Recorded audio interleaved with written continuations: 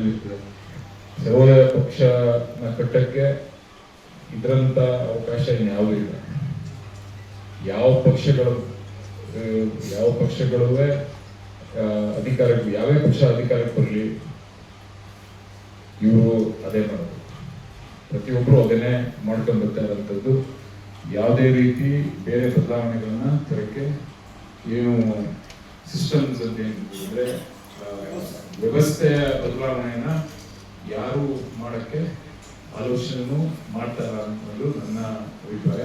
ವ್ಯವಸ್ಥೆಯನ್ನ ಬದಲಾವಣೆ ಮಾಡೋ ತನಕ ನಾವು ಏನನ್ನು ಬದಲಾವಣೆ ಮಾಡಕ್ಕೆ ಸಾಧ್ಯ ಇಲ್ಲ. ಈಗ ಉದಾಹರಣೆ, ಈಗ ಪ್ರಕಾಶನ ಹೇಳೋದು, ಆ ರಸ್ತೆ ಒಂದು ಸಿಂಪಲ್ ಉದಾಹರಣೆ ಕೊಡ್ತೀನಿ.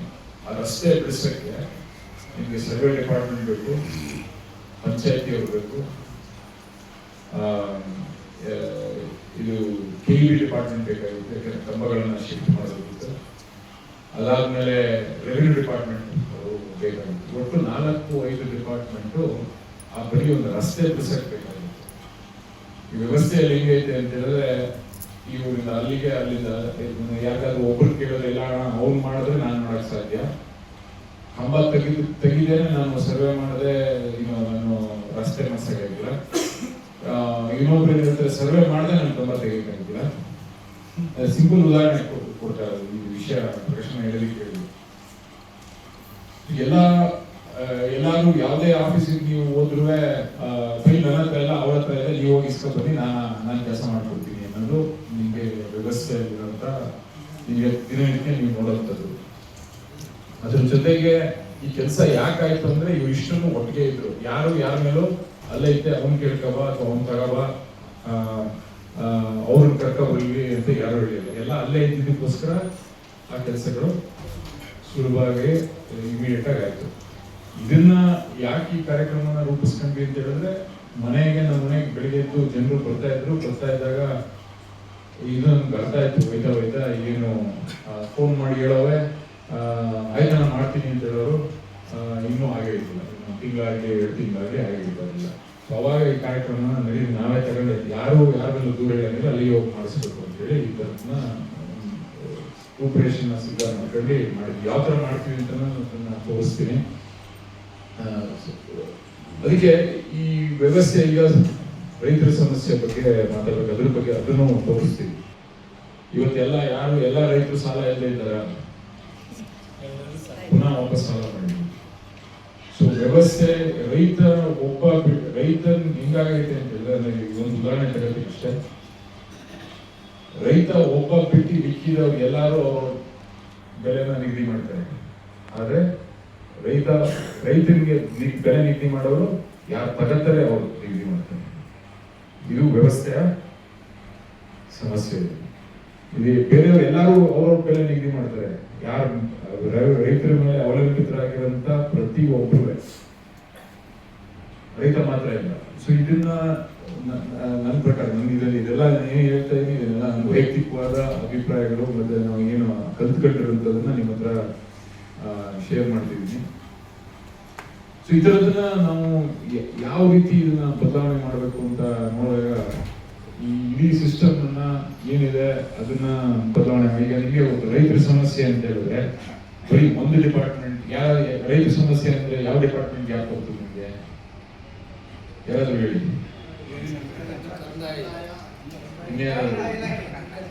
ಕಂದಾಯ, ಕೃಷಿ ಇಲಾಖೆ, ಮಾರುಕಟ್ಟೆ, ತೋಟಗಾರಿ ಇಲಾಖೆ.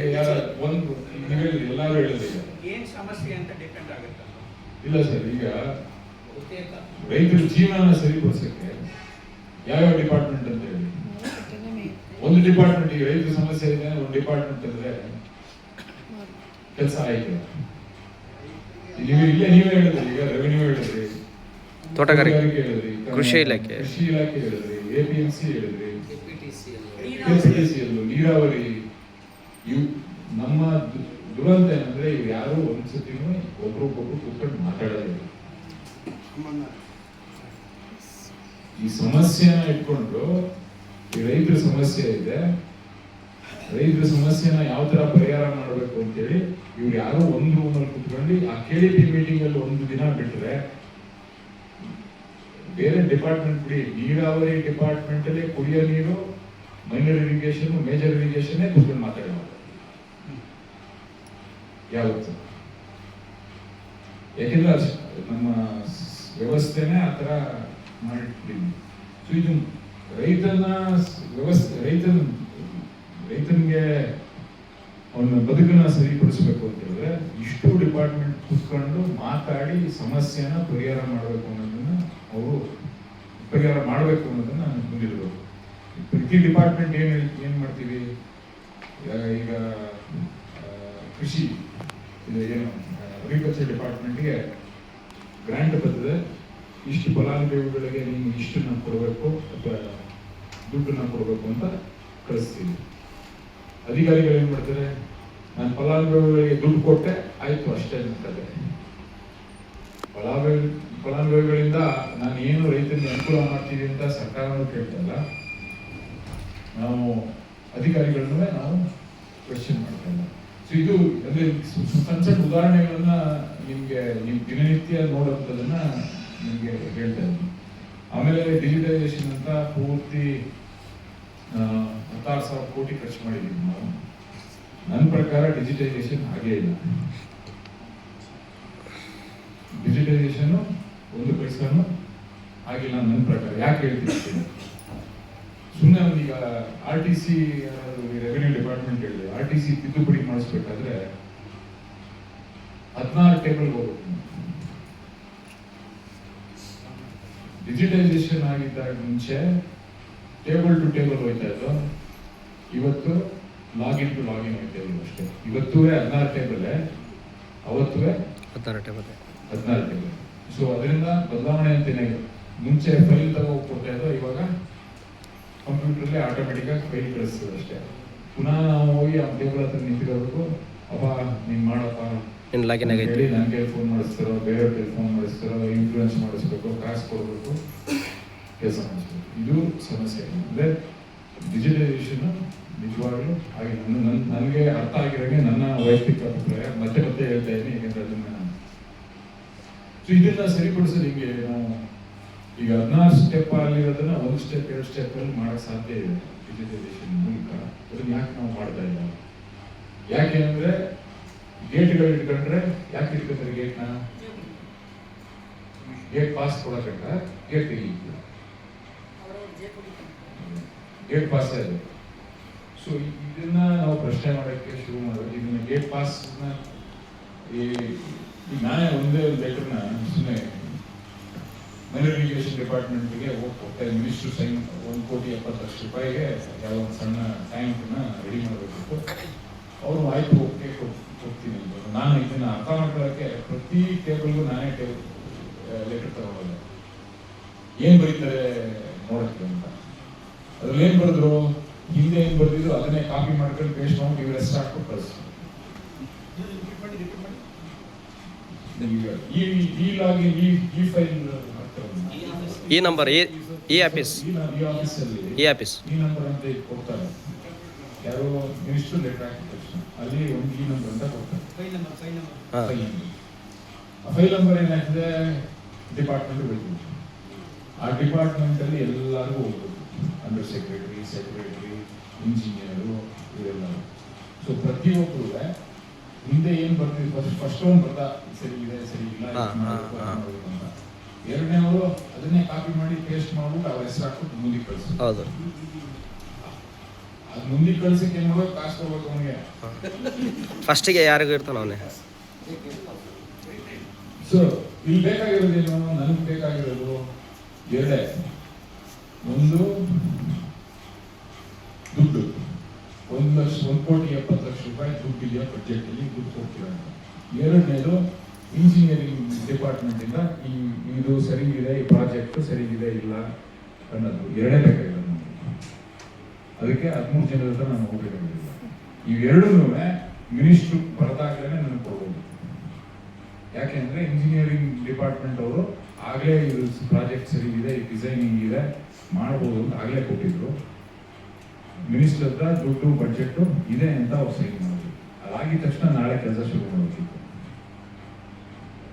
ಅದು ಹಂಗಿಲ್ಲ. ಇದನ್ನ ಪ್ರಶ್ನೆ ಮಾಡೋಕ್ಕೆ ನಾವು ಇದನ್ನು ಒಪ್ಕೊಬಿಟ್ಟಿದ್ದೀವಿ. ನಾವು ಹಿಂಗೆ ನಡೆಯೋದು, ಹಿಂಗೆ ಅನಿಸೋದು. ಇಲ್ಲಿ ನಾವು ನನ್ನ ಪ್ರಕಾರ ನಾವು ಅದನ್ನು ಪ್ರಶ್ನೆ ಮಾಡಬೇಕು. ಪ್ರಶ್ನೆ ಮಾಡಿ ಇದನ್ನು ಬದಲಾವಣೆ ಮಾಡಬೇಕಾದ್ರೆ ಈ ರೀತಿ ಸಣ್ಣ ಸಣ್ಣದಿರ್ಬೋದು, ಆದರೆ ಇದು ಮೇಜರ್ ಬದಲಾವಣೆಗಳನ್ನ ತರಕ್ಕೆ ಸಾಧ್ಯ. ಆದ್ದರಿಂದ ಸರ್ವೋದಯ ಕರ್ನಾಟಕ ಪಕ್ಷದಿಂದ ಇದನ್ನೆಲ್ಲ ಮಾಡಬೇಕು ಅನ್ನೋದು ನನ್ನ ಅನಿಸಿಕೆ, ಆಸೆ. ಅದಕ್ಕೋಸ್ಕರ ಇನ್ನೂ ಹಲವಾರು ವಿಷಯಗಳಿದೆ. ಸುಮ್ಮನೆ ಉದಾಹರಣೆಗೆ ಯಾವ ಥರ ವ್ಯವಸ್ಥೆ ಇದೆ, ಅದನ್ನು ಯಾವ ಥರ ವ್ಯವಸ್ಥೆಯಲ್ಲಿ ನಾವು ಹೊಂದ್ಕೊಂಡಿದ್ದೀವಿ, ಇದು ಸರಿ ಇಲ್ಲ ಅಂತಾನೆ ನಮಗೆ ಅನಿಸ್ತಾ ಇಲ್ಲ. ಕರೆಕ್ಟ್ ತಾನೆ? ಇದು ಅದರಿಂದ ಈ ವಿಷಯಗಳ ಬಗ್ಗೆ ನಾನು ಇಲ್ಲಿ ಮಾಹಿತಿನ ಕೊಡ್ತೀವಿ. ಅದ್ರ ಜೊತೆಗೆ ಈಗ ನಾನು ಮಾರುಕಟ್ಟೆ ಬಗ್ಗೆ ಪ್ರಕಾಶನ ಕೇಳೋದು. ಸೊ ನಾವು ಸಂಘಟನೆಗಳು ಎಲ್ಲರೂ ನಮಗೆ ನಮ್ಮ ರೈಟ್ಸ್ಗೆ ನಾವು ಹೋರಾಟ ಮಾಡ್ತಾನೆ ಇದ್ದೀವಿ.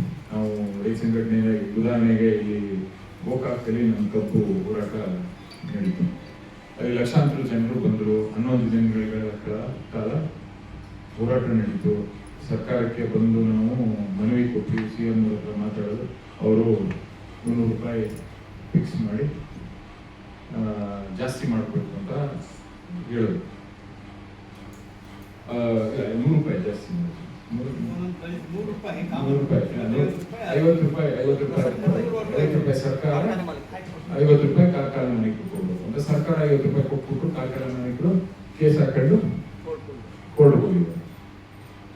ಆ 100 ರೂಪಾಯಿಗೆ 11 ದಿವಸಗಳ ಕಾಲ ನಾವು ರಸ್ತೆಯಲ್ಲಿ ನಿಂತ್ಕೊಂಡು ಲಕ್ಷಾಂತರ ರೂಪಾಯಿ ಖರ್ಚು ಮಾಡ್ಕೊಂಡು, ಲಕ್ಷಾಂತರ ರೂಪಾಯಿ ರೈತರು ರಾಜ್ಯಾದ್ಯಂತ ಎಲ್ಲರೂ ಬಂದು ಹೋರಾಟ ಮಾಡಿ 100 ರೂಪಾಯಿಗೂ ಇನ್ನೂ ನಾವು ಓಡಾಡ್ತೇವೆ. ಅವಾಗ ಅನ್ಸು ಈ ಸಣ್ಣ ವಿಷಯಕ್ಕೂ ನಾವು ಇವ್ರುಗಳ ಹತ್ರ ಹೋಗದೇನೆ ನಾವು ಯಾವ ರೀತಿ ನಾವು ನಮ್ಮ ವ್ಯವಸ್ಥೆ ಅಡಿಯಲ್ಲಿ ಯಾವ್ಯಾವ ವ್ಯವಸ್ಥೆಗಳನ್ನ ಬದಲಾವಣೆ ಮಾಡಿ ನಾವು ನಮ್ಮ ಬದುಕನ್ನು ಕಟ್ಕೋಬಹುದು ಅನ್ನೋದ್ರ ಬಗ್ಗೆ ಆಲೋಚನೆ ಮಾಡೋಕ್ಕೆ ನಾವು ಶುರು ಮಾಡಿ ನಾವು ಇರೋ ಸ್ಥಳೀಯ ಸಂಸ್ಥೆಗಳನ್ನ ಇಟ್ಕೊಂಡು ಯಾವ ರೀತಿ ಅದನ್ನ ಜನರಿಗೆ ನಾವು ನ್ಯಾಯ ದೊರಕಿಸ್ಕೊಡ್ಬೋದು, ದುಡ್ಡನ್ನ ಜಾಸ್ತಿ ಕೊಡಿಸ್ಬೇಕು, ಆರ್ಥಿಕವಾಗಿ ಯಾವ ಥರ ಮೇಲೆ ತರಬೇಕು ಅನ್ನೋದ್ರ ಬಗ್ಗೆ ನಾವು ಕೆಲಸ ಮಾಡ್ತೇವೆ. ಅದನ್ನ ನಾನು ತೋರಿಸ್ತೀನಿ. ಇನ್ನೊಂದು ವಿಷಯ ಏನಂದ್ರೆ ಈ ಮೇಜರ್ ಆಗಿ ನನಗೆ ನನ್ನ ತಲೆಯಲ್ಲಿ ಇದ್ದಿದ್ದು ಹೇಳ್ತೀನಿ. ಯಾವಾಗಲೂ ಒಂದು ಪ್ರಶ್ನೆ, ವಿಧಾನಸೌಧಕ್ಕೆ ಜನರು ಯಾಕೆ ಬರ್ತಾರೆ ಅಂತ. ವಿಧಾನಸೌಧದಲ್ಲಿ ಜನರು ಇರಲೇಬಾರದು. ಸಾರ್ವಜನಿಕರು ಅವ್ರ ಊರಲ್ಲಿ ಆಗದೆ ಇರೋದಂತ, ಅವರ ಜಿಲ್ಲೆಯಲ್ಲಿ ಆಗದೆ ಇರೋಂಥ ಕೆಲಸ, ಆಗದೆ ಇರೋಂಥ ಯಾವ ಕೆಲಸ ಇಲ್ಲಿದೆ, ಇಲ್ಲಿ ಯಾಕೆ ಬರ್ತಾರೆ ಅಂತ ಸುಮಾರು ಜನ ಮಾತಾಡಿಸ್ತೇನೆ. ಸ್ಟಾರ್ಟಿಂಗ್ ಅಲ್ಲಿ ನಮಗೆ ಏನು ಇಷ್ಟೊಂದು ಜನಕ್ಕೆ ಯಾವಾಗಲೂ ಪ್ರೌಢ ಆಗಿರ್ತಾರಲ್ಲ ಅನ್ನೋದ್ರ ಬಗ್ಗೆ. ಮೇಜರ್ ಆಗಿದೆ, ನಾವೇನು ಹೊಸ ಕಾನ್ಸೆಪ್ಟ್ ಅಲ್ಲ, ಹಳೆ ಕಾನ್ಸೆಪ್ಟೇ. ಮಹಾತ್ಮ ಗಾಂಧಿಯವರು ಡಿಸೆಂಟ್ರಲೈಸೇಷನ್ ಬಗ್ಗೆ, ಈಗ ಗ್ರಾಮ ಸ್ವರಾಜ್ಯದ ಬಗ್ಗೆ ನಿಮಗೆ ಗೊತ್ತಿರೋಂಥದ್ದು, ಗ್ರಾಮ ಪಂಚಾಯತಿಗಳು ಯಾವ ಥರ ಕೆಲಸ ಮಾಡಬೇಕು, ಗ್ರಾಮ ಸ್ವರಾಜ್ಯದಲ್ಲಿ ಯಾವ ಥರ ವ್ಯವಸ್ಥೆ ಮಾಡಬೇಕು ಅನ್ನೋದು. ನಮ್ಮ ರಾಜ್ಯದಲ್ಲೂ 92-93ರಲ್ಲಿ ಮುನ್ಸಿಪಾಲಿಟಿ ಮತ್ತು ರೂರಲ್ ಡೆವಲಪ್ಮೆಂಟ್ ಡಿಪಾರ್ಟ್ಮೆಂಟು ಡಿಸೆಂಟ್ರಲೈಸೇಷನ್ ಬಿಲ್ಗಳನ್ನು ಪಾಸ್ ಮಾಡಿ ನಾವು ಡಿಸೆಂಟ್ರಲೈಸೇಷನ್ ಮಾಡ್ತಿದ್ದೀವಿ ಅಂತ ಹೇಳ್ತಾರೆ. ಆದರೆ ಕಾರ್ಯರೂಪಕ್ಕೆ ಇಲ್ಲಿ ಗಂಟ ಇನ್ನೂ ಅದು ಬಂದಿಲ್ಲ. ನಮ್ಮ ಪಂಚಾಯತಿಯ 2nd ಡಿವಿಷನ್ ಕ್ಲರ್ಕ್ನು ಮಿನಿಸ್ಟರ್ ಹತ್ರನೇ ಟ್ರಾನ್ಸ್ಫರ್ ಮಾಡಿಸ್ಕೋಬೇಕು. ಅವ್ರೇನು ತಪ್ಪು ಮಾಡೋದಂದ್ರೆ CEO-ಗೆ ಯಾವುದೇ ಥರದ ಅಧಿಕಾರ ಇಲ್ಲ. ಸೊ ಇದನ್ನ ಅವ್ರಿಗೆ ದುಡ್ಡು ಕಾಸು ಏನನ್ನು ಅಲ್ಲಿಗೆ ಹೋಗಲ್ಲ. ಅಂದ್ರೆ ಅವ್ರೇನಂದ್ರೆ ಈಗ ಪಂಚಾಯತಿಗಳಲ್ಲಿ 10 ಲಕ್ಷ ರೂಪಾಯಿ ಸಿಕ್ಕಿದ್ರೆ ಸಾಕು, ಎಲ್ಲ ಖರ್ಚು ಕಟ್ಟಿ ಸಂಬಳ ಎಲ್ಲ ಕೊಟ್ಟು ಒಂದು 10 ಲಕ್ಷ ರೂಪಾಯಿ ಸಿಕ್ಕಿದ್ರೆ ಒಂದು 50 ಮೀಟರ್ ಮೋರಿ ಮಾಡ್ತಾರೆ ಅಷ್ಟೇ. ಅಷ್ಟು ಬಿಟ್ಟರೆ ಇನ್ನು ಯಾವುದೇ ಮುನ್ಸಿಪಾಲಿಟಿಗಳಿಗಾಗಲಿ ಇಲ್ಲಿಗಾಗಲಿ ದುಡ್ಡು ಬರೋಕ್ಕೆ ಸಾಧ್ಯ ಇಲ್ಲ. ಸೊ ಇದನ್ನೆಲ್ಲ ನಾವು ಯೋಚನೆ ಮಾಡಿದ್ವಿ. ನಾವು ಡಿಸೆಂಟ್ರಲೈಸೇಷನ್ ಏನಿದೆ ಅದ್ರ ಬಗ್ಗೆನೂ ನಾವು ಅತಿ ಹೆಚ್ಚು ಗಮನ ಕೊಡಬೇಕು. ಯಾಕೆಂದ್ರೆ ನಮ್ಮಂಥವ್ರ ಕೈಗೆ ದುಡ್ಡು ಹೋಗ್ಬಾರ್ದು. ನಮ್ಮಂಥವ್ರ ದುಡ್ಡು ಹೋಗುತ್ತೆ ಡಿಪಾರ್ಟ್ಮೆಂಟ್ ಇಂದ ಡೈರೆಕ್ಟ್ ಆಗಿ ಏನು ದುಡ್ಡು ಸ್ಥಳೀಯ ಸಂಸ್ಥೆಗಳಿಗೆ ಹೋಗ್ಬೇಕು. ಸ್ಥಳೀಯ ಸಂಸ್ಥೆಗಳಿಗೆ ನಮಗಿಂತ ಚೆನ್ನಾಗಿ ಸಮಸ್ಯೆಗಳೇನೈತೆ ಅದನ್ನ ಅರ್ಥ ಮಾಡೋದಕ್ಕೆ ಅವ್ರ ಶಕ್ತಿ ಇದೆ, ಪ್ಲಸ್ ಅರ್ಥ ಮಾಡ್ಕೊಂಡಿದ್ದಾರೆ. ಅವ್ರು ಗೊತ್ತಿರೋಂಥ ಸಮಸ್ಯೆಗಳಿಗೆ ಎಲ್ಲ ಇದನ್ನ ಯಾವ ಥರ ಮಾಡ್ಬೇಕು ಅನ್ನೋದ್ರ ಬಗ್ಗೆನೂ ರಿಸರ್ಚ್ ಮಾಡಿ ಪ್ರೆಸೆಂಟ್ ಮಾಡಿದ್ವಿ ಸರ್ಕಾರಕ್ಕೆ. ಮತ್ತೆ ಅದನ್ನ ಖಾಸಗಿ ಮಸೂದೆಗಳನ್ನು ಮಂಡಿಸಿದ್ವಿ, ಯಾವ ಥರ ಇದನ್ನ ಬದಲಾವಣೆಗಳು ಮಾಡಬೇಕು ಅನ್ನೋದ್ರ ಬಗ್ಗೆ. ಸರ್ವೋದಯ ಕರ್ನಾಟಕ ಪಕ್ಷದ ಈ ಏನು ವ್ಯವಸ್ಥೆ ಇದೆ ಅದನ್ನ ಪ್ರತಿಯೊಂದನ್ನು ಪ್ರಶ್ನೆ ಮಾಡಬೇಕು ಅನ್ನೋದು ನನ್ನ ವೈಯಕ್ತಿಕ ಅಭಿಪ್ರಾಯ. ಯಾಕೆ ಅಂದರೆ ಇದನ್ನ ಕರೆಂಟ್ ಸಿಸ್ಟಮ್ನ ನಾವು ಅಕ್ಸೆಪ್ಟ್ ಮಾಡ್ಕೊಂಡು ನಾವು ಹಿಂಗೆ ನಡ್ಕೊಂಡು ಹೋಗ್ತೀವಿ ಅಂತ ಹೇಳಿದ್ರೆ ನಾವು ಇನ್ನೊಂದು ರಾಜಕೀಯ ಪಕ್ಷ ಆಯ್ತೀವಿ. ಬರೀ ಸಮಸ್ಯೆಗಳು ಮಾತ್ರ ನಾವು ಹೇಳೋದಲ್ಲ, ಸಮಸ್ಯೆಗೆ ಪರಿಹಾರ ಯಾವ ಥರ ಕೊಡ್ತೀವಿ ಅಂತಲೂ ನನ್ನ ಮ್ಯಾನಿಫೆಸ್ಟೋಲ್ಲಿ ಇರಬೇಕು ಅನ್ನೋದು ನನ್ನ ಅಭಿಪ್ರಾಯ. ಯಾಕೆಂದರೆ ರೈತರ ಸಮಸ್ಯೆ ಇದೆ, ನಮಗೆ ಜಾಸ್ತಿ ಇದನ್ನ ದುಡ್ಡು ಕೊಡಿಸಿ ಅಂತ ಹೇಳ್ತೀವಿ. ಹೆಂಗೆ ಅಂತ ಹೇಳೋದು, ನಮ್ಮ ಆಡಳಿತ ವ್ಯವಸ್ಥೆ ನಮಗೆ ಕ್ಯಾಸ್ಟ್ ಸರ್ಟಿಫಿಕೇಟ್ ಸಿಗ್ತಾ ಇಲ್ಲ, ಇನ್ಕಮ್ ಸರ್ಟಿಫಿಕೇಟ್ ಸಿಗ್ತಾ ಇಲ್ಲ, ಸರಿಪಡಿಸೋದು ಹೆಂಗೆ? ನೀವು ನಂಬ್ತಿರೋ ಬಗ್ಗೆ ಇನ್ನೊಂದು ಉದಾಹರಣೆ ಹೇಳ್ಬಿಟ್ಟು ಆಮೇಲೆ ತೋರಿಸ್ತೀನಿ. 35-40% BAಗಳು ಅವರು ಟೈಮನ್ನು ಯಾಕೆ ಸ್ಪೆಂಡ್ ಮಾಡ್ತಾರೆ ಅಂತ ಹೇಳಿದ್ರೆ ಬರೀ ವಂಶವೃಕ್ಷ ಮಾಡ್ಕೊಡ್ತಾರೆ. ವಂಶವೃಕ್ಷ ಏನೈತೆ, ಈ ವಂಶವೃಕ್ಷದಿಂದ ಬರೋಂಥ ಏನು ಸಮಸ್ಯೆಗಳಿದೆ, ವಂಶವೃಕ್ಷ ನಿಮಗೆ ಗೊತ್ತಿರೋದು, ನಾನು ಕಾಸು ಕೊಟ್ಟರೆ BAಗೆ ನಮ್ಮ ತಂಗಿ ಇಬ್ಬರನ್ನು ಕೊಟ್ಬಿಡ್ತಾರೆ. ನಾನು ಒಬ್ಬನೇ ನನ್ನ ಅಪ್ಪನ ಮಗ ಅಂದ್ಬಿಟ್ಟು ನಾನು ದಾಖಲಾತಿ ಮಾಡಿಸ್ಬೇಕು. ಅಲ್ಲಿಂದ ಬರೋಂಥ ವ್ಯಾಜ್ಯಗಳು ಮಿನಿಮಮ್ 35-40% ಏನು ಬರೀ ಅದೊಂದು ಒಂದು ವಿಷಯ, ಒಂದು ಉದಾಹರಣೆ ಕೊಡ್ತೇನೆ. ಬರೀ ವಂಶವೃಕ್ಷದಿಂದಾನೇ 35-40% ವ್ಯಾಜ್ಯಗಳು ಬರ್ತದೆ. ಅದರಿಂದಾನೇ ಅವರು ಸಮಸ್ಯೆಗಳು ಮತ್ತೆ ಕೋರ್ಟ್ ಕಚೇರಿ ಅಲ್ಲಿ ಕಾಸು ಖರ್ಚು ಮಾಡ್ಕೊಂಡು ಹೋಗುವಂಥದ್ದು. ಸೊ ಇದನ್ನ ಸ್ಟ್ಯಾಂಡರ್ಡೈಸ್ ಮಾಡೋಕ್ಕೆ ಸಾಧ್ಯತೆ ಇದೆ. ಈಗ ಹೆಂಗೆ ನೀವು RTC ಮತ್ತೆ ಆಧಾರ್ ಕಾರ್ಡ್ನ ಲಿಂಕ್ ಮಾಡೋದು ನಿಮಗೆ ಗೊತ್ತಿರೋದು, ಪ್ರತಿ ಮನೆಗೂ ಹೋಗಿ ಲಿಂಕ್ ಮಾಡಿದ್ರು. ಅದೇ ರೀತಿ ಮನೆಗೆ ಹೋಗಿ 3-4 ಲೆವೆಲ್ ವಂಶವೃಕ್ಷನ ಕೊಟ್ಟು ಯಾವಾಗ ಬೇಕು ಅವಾಗ ಅವರು ಡೌನ್ಲೋಡ್ ಮಾಡ್ಕೊಂಡು ಆಧಾರ್ ಕಾರ್ಡ್ ಲಿಂಕ್ ಮಾಡಿದ್ರು ಸರಿಪಡಿಸ್ಬೋದು. ಅಂದರೆ ಇದರಿಂದ 35-40% ಜನರು ಏನು ವ್ಯಾಜ್ಯ ಇದೆ ಅದನ್ನ ಅದ್ರ ಜೊತೆಗೆ ಯಾರು ಅಲಿಯತ್ ಈಗ ಯಾವಾಗ ಬೇಕಾಗೋದನ್ನ ಡೌನ್ಲೋಡ್ ಮಾಡ್ಕೋಬೋದು. ಕಂಪ್ಯೂಟರ್ ಸೆಂಟರ್ಗೆ ಹೋದ್ರೆ ಡೌನ್ಲೋಡ್ ಮಾಡಿಕೊಟ್ರೆ ನಿಮ್ಮ ಆಧಾರ್ ಕಾರ್ಡ್ ಹಾಕ್ಕೊಟ್ರೆ ನಿಮ್ಮ ವಂಶವೃಕ್ಷನ ಡೌನ್ಲೋಡ್ ಮಾಡ್ಕೊಂಡು 10 ರೂಪಾಯಿ 20 ರೂಪಾಯಿ ಚಾರ್ಜ್ ಮಾಡ್ಕೊಂಡು ಮಾಡ್ಬೋದು. ಈ ಥರದನ್ನ ಸಣ್ಣದಿರ್ಬೋದು. ಆದರೆ ಇದು ದೊಡ್ಡ ಈಗ 35% ಟೈಮ್ ಸ್ಪೆಂಡ್ ಮಾಡೋದು ಕಮ್ಮಿ ಆಯಿತು. 25% ಇನ್ನೂ ಬಾಕಿ ಸಿಕ್ತು ಟೈಮು. ನಿಮಗೆ ಈ ಯಾಕೆ ಇದನ್ನು ಹೇಳ್ತೀನಿ, ಇನ್ನೊಂದು ಕಡೆನೂ ನಾವು ಅರ್ಥ ಮಾಡ್ಕೋಬೇಕಾಯ್ತದೆ. ಯಾಕೆ ಈಗ ತಾಲೂಕು ಆಫೀಸ್, ನಮ್ಮ ತಾಲೂಕು ಆಫೀಸಲ್ಲಿ ಪ್ರಶ್ನೆ ಮಾಡಿದೆ. ನಮ್ಮ ತಾಲೂಕು ಆಫೀಸಲ್ಲಿ 85% ಜನರು ಯಾರು ಕೆಲಸ ಮಾಡ್ತಾರೆ ಅವರೆಲ್ಲ CGI ಗ್ರೌಂಡ್ ಮೇಲೆ ಕೆಲಸಕ್ಕೆ ಸೇರ್ಕೊಂಡಿದ್ರು. ಅಂದ್ರೆ ಅವ್ರ ತಂದೆನೋ ತಾಯಿಯೋ ಕೆಲಸ ಮಾಡ್ತಿದ್ರು ಮುಂಚೆ, ಕಂಪೋಸಿಷನ್ ಗ್ರೌಂಡ್ ತಂದೆ ತಾಯಿ ಕೆಲಸ ಮಾಡ್ತಿದ್ರು. ಅವರು 60 ವರ್ಷಕ್ಕೆ ಮುಂಚೆ ತೀರೋದ್ರು. ಅದಕ್ಕೆ ಅವ್ರಿಗೆ ಕೆಲಸ ಸಿಕ್ಕೈತೆ, ಅವರು ಕೆಲಸಕ್ಕೆ ಸೇರ್ಕೊಂಡವ್ರು. ಇನ್ನೊಂದು ಕಡೆಯಿಂದ ನೋಡಿ, ಇನ್ನೊಂದು ಕಡೆಯಿಂದ ಏನಾದ್ರು ಅಬ್ಸರ್ವೇಷನ್ ಕಾಣಿಸ್ತಾ, ಇನ್ನೊಂದು ಕಡೆಯಿಂದ ನೋಡಿದ್ರೆ ನಾನೇನಾದ್ರೂ ರೆವಿನ್ಯೂ ಡಿಪಾರ್ಟ್ಮೆಂಟ್ ಕೆಲಸ ಸೇರ್ಕೊಂಡ್ರೆ 60 ವರ್ಷಕ್ಕೆ ಮುಂಚೆ ಸತ್ತಲ್ಲಿ 85% ನಾನು ಸಕ್ಸಸ್ ಆಯ್ತು. ಅಂದ್ರೆ ಅರ್ಥ ಆಯ್ತಲ್ವ? ನಾನೇನಾದ್ರೂ ರೆವಿನ್ಯೂ ಡಿಪಾರ್ಟ್ಮೆಂಟ್ಗೆ ಕೆಲಸಕ್ಕೆ ಸೇರ್ಕೊಂಡ್ರೆ 85% 60 ವರ್ಷದೊಳಗಡೆ ಸತ್ತೇ ಸುತ್ತೋಯ್ತು. 61 ವರ್ಷ ನಾನು ನೋಡಿದ್ದೆ. ಅಲ್ಲ ಬೇರೆ ಜಾಬ್ ಇಲ್ಲ, ಅಷ್ಟು ಪ್ರೆಷರ್ ಐತೆ, ಆ ಟೆನ್ಷನ್ ಪ್ರೆಷರು ಕೆಲಸ ಅಷ್ಟು ಇದೆ. ಅಷ್ಟು ಒತ್ತಡದಲ್ಲಿ ಅವರು ಕೆಲಸ ಮಾಡಿಸ್ತಾರೆ. ಆದ್ರೆ ವ್ಯವಸ್ಥೆಯನ್ನ ಬದಲಾವಣೆ ಮಾಡಿ ಮನೆ ಕೇಳಿದ್ರೆ ಈಗ ಇದು ಬಿಟ್ಟರೆ ಈಗ ವಂಶವೃಕ್ಷ ಹೊರೆ ಕಮ್ಮಿ ಮಾಡಿದ್ರೆ 35% ಟೈಮ್ ಸಿಗ್ತದೆ ಬೇರೆ ಕೆಲಸ ಮಾಡೋಕ್ಕೆ. ಅಂದ್ರೆ ಈ ಥರದ್ದನ್ನ ಸಂಶೋಧನದಾಗಿರ್ಬೋದು. ಅಂದ್ರೆ ಇದನ್ನ ಯೋಚನೆ ಮಾಡಿ ನಾವು ನಿಮಗೂ ಎಲ್ಲ ಗೊತ್ತಿಲ್ಲ, ಈಗ ಸಂಶೋಧನೆ ಗೊತ್ತಿರೋದನ್ನ ಮುಂದೆ ಇಡ್ತಾ ಇದ್ದೀನಿ. ಇದನ್ನ ಯಾವ ಥರ ಮಾಡಬೇಕು ಅನ್ನೋದ್ರಲ್ಲಿ ಈ ಸಮಸ್ಯೆಗೆ ಏನು ಪರಿಹಾರ ಅನ್ನೋದನ್ನು ನಾವು ಜನಗಳ ಮುಂದೆ ಇಟ್ಕೊಂಡು ಹೋಗ್ಬೇಕು ಅನ್ನೋದು ನನ್ನ ಅಭಿಪ್ರಾಯ. ಸಣ್ಣದಾಗಿ ಏನು ಜಾಸ್ತಿ ಏನು ತೋರಿಸಿಲ್ಲ, ನಾವು ಏನೇನು ಮಾಡಬೇಕು ಮತ್ತು ನಮ್ಮ ಸರ್ವೋದಯ ಪಕ್ಷನ ಯಾವ ಥರ ರಾಜ್ಯ ಮಟ್ಟದಲ್ಲಿ ಯಾವ ಥರ ಟೀಮ್ ಇರಬೇಕು, ಜಿಲ್ಲೆ ಮಟ್ಟದಲ್ಲಿ ಯಾವ ಥರ ಟೀಮ್ ಇರಬೇಕು, ತಾಲೂಕು ಪಂಚಾಯತಿ ಮತ್ತು ಹಳ್ಳಿಗಳಲ್ಲಿ ಯಾವ ಥರ ಟೀಮ್ ಇರಬೇಕು ಅಂತ ಒಂದು ಸ್ಟ್ರಕ್ಚರನ್ನು ಕ್ರಿಯೇಟ್ ಮಾಡಿದ್ದೀವಿ. ಬರೀ ನಾವು ರಾಜಕೀಯ ಒಂದೇ ಅಲ್ಲದೆ ರಚನಾತ್ಮಕ ರಾಜಕೀಯನ ಯಾವ ಥರ ಮಾಡಬೇಕು ಅನ್ನೋದ್ರ ಬಗ್ಗೆನೂ ನಾವು ಯೋಚನೆ ಮಾಡಬೇಕಾಗ್ತದೆ. ಬದುಕನ್ನ ಯಾವ ಥರ ಕಟ್ಕೊಡ್ತೀವಿ, ಯಾವ ಭಾಗದ ಜನರಿಗೆ ಏನು ವಿದ್ಯಾವಂತರಿಗೆ ಯಾವ ಥರ ಮಾಡ್ತೀವಿ. ಈ ಸಮಸ್ಯೆಗಳು ನಿಮಗೆ ಗೊತ್ತಿರುವಂಥದ್ದು, ಈ ಧಾರವಾಡದಲ್ಲಿ ಎಲ್ಲ 2-3 ತಿಂಗಳ ಮುಂಚೆ ನಿಮಗೆ ಗೊತ್ತಿರೋದು ದೊಡ್ಡ ಮಟ್ಟದಲ್ಲಿ ಚಳುವಳಿ ನಡೀತು ಎಲ್ಲ ನಿರುದ್ಯೋಗ ಸಮಸ್ಯೆಯಿಂದ. ಅವ್ರಿಗೆ ಯಾವ ಥರ ನಾವು ಉದ್ಯೋಗ ಸೃಷ್ಟಿ ಮಾಡ್ಕೊಡ್ತೀವಿ, ಅವರ ಆರ್ಥಿಕ ಸ್ಥಿತಿಯನ್ನು ಯಾವ ಥರ ನಾವು ಬದಲಾವಣೆ ಮಾಡೋಕ್ಕೆ ಸಾಧ್ಯ. ಆರ್ಥಿಕ ಸ್ಥಿತಿ ಇವಾಗ ನಿಮಗೆ ಗೊತ್ತಿರೋದು ಸೆಂಟ್ರಲೈಸೇಷನ್ ಎಲ್ಲ ತಂದು ಬೆಂಗಳೂರಿಗೆ ಕೂಡ ಹಾಕತ್ತಾ ಇದ್ದೀವಿ.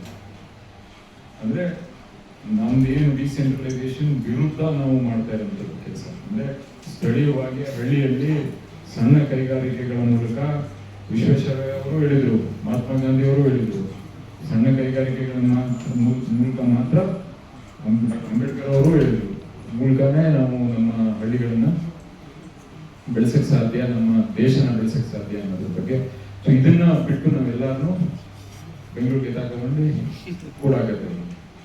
ಸೊ ಇದನ್ನ ಯಾವ ತರ ನಾವು ಎಷ್ಟೇ ಜನ ಈಗ ಇಲ್ಲಿ ಬೆಂಗಳೂರಲ್ಲಿ ಕೆಲಸ ಮಾಡೋರು ಯಾರು? ಅನ್ಯ ರಾಜ್ಯದವರು. ಬೆಂಗಳೂರಿಗೆ ಹಳ್ಳಿಯಿಂದ ಬರೋಂಥ ಮಕ್ಕಳು ಯಾವ ಕೆಲಸ ಮಾಡ್ತಿದ್ದಾರೆ? ಕೂಲಿ ಕೆಲಸ ಮಾಡ್ತೇವೆ. ನಾವು ಯಾವ ಕೆಲಸ ಮಾಡ್ತಿದ್ದೀವಿ ಅಂದ್ರೆ,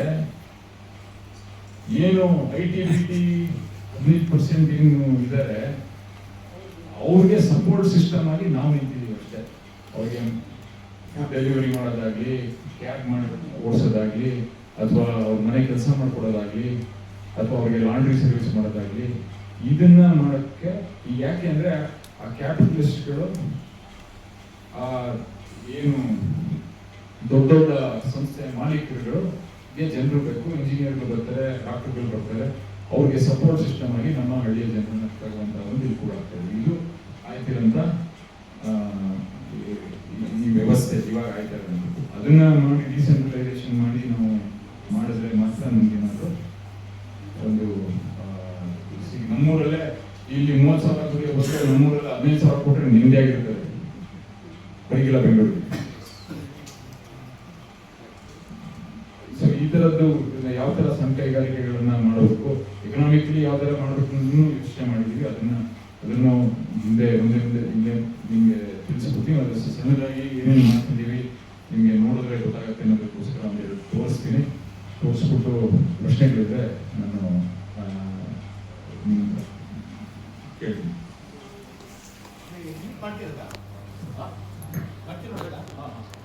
ಅವರ ಜೀವನ ಇಡೀ ಅವರ ಫ್ಯಾಮಿಲಿನ ಅರ್ಥ ಮಾಡ್ಕೊಳ್ಳೋಕ್ಕೆ ಪ್ರಯತ್ನ ಪಡ್ತೇವೆ.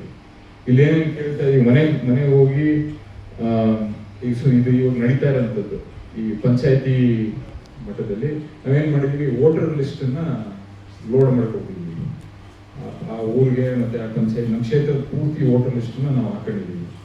ಆ ವೋಟರ್ ಲಿಸ್ಟ್ ಅನ್ನ ತೆಗೆದು ಮನೆಗೆ ಹೋಗಿ ಯಾವ ಅವ್ರ ಹೆಸರು, ಆಮೇಲೆ ಅವ್ರಿಗೆ ಇನ್ಫಾರ್ಮೇಶನ್ ಇದೆ, ಅವ್ರ ವೋಟರ್ ಐಡಿ, ಆಧಾರ್ ಆಪ್ಷನಲ್ಲಿ ನಾವೇನು ಕೇಳೋದ, ಮೊಬೈಲ್ ನಂಬರು, ಯಾವ ಊರು,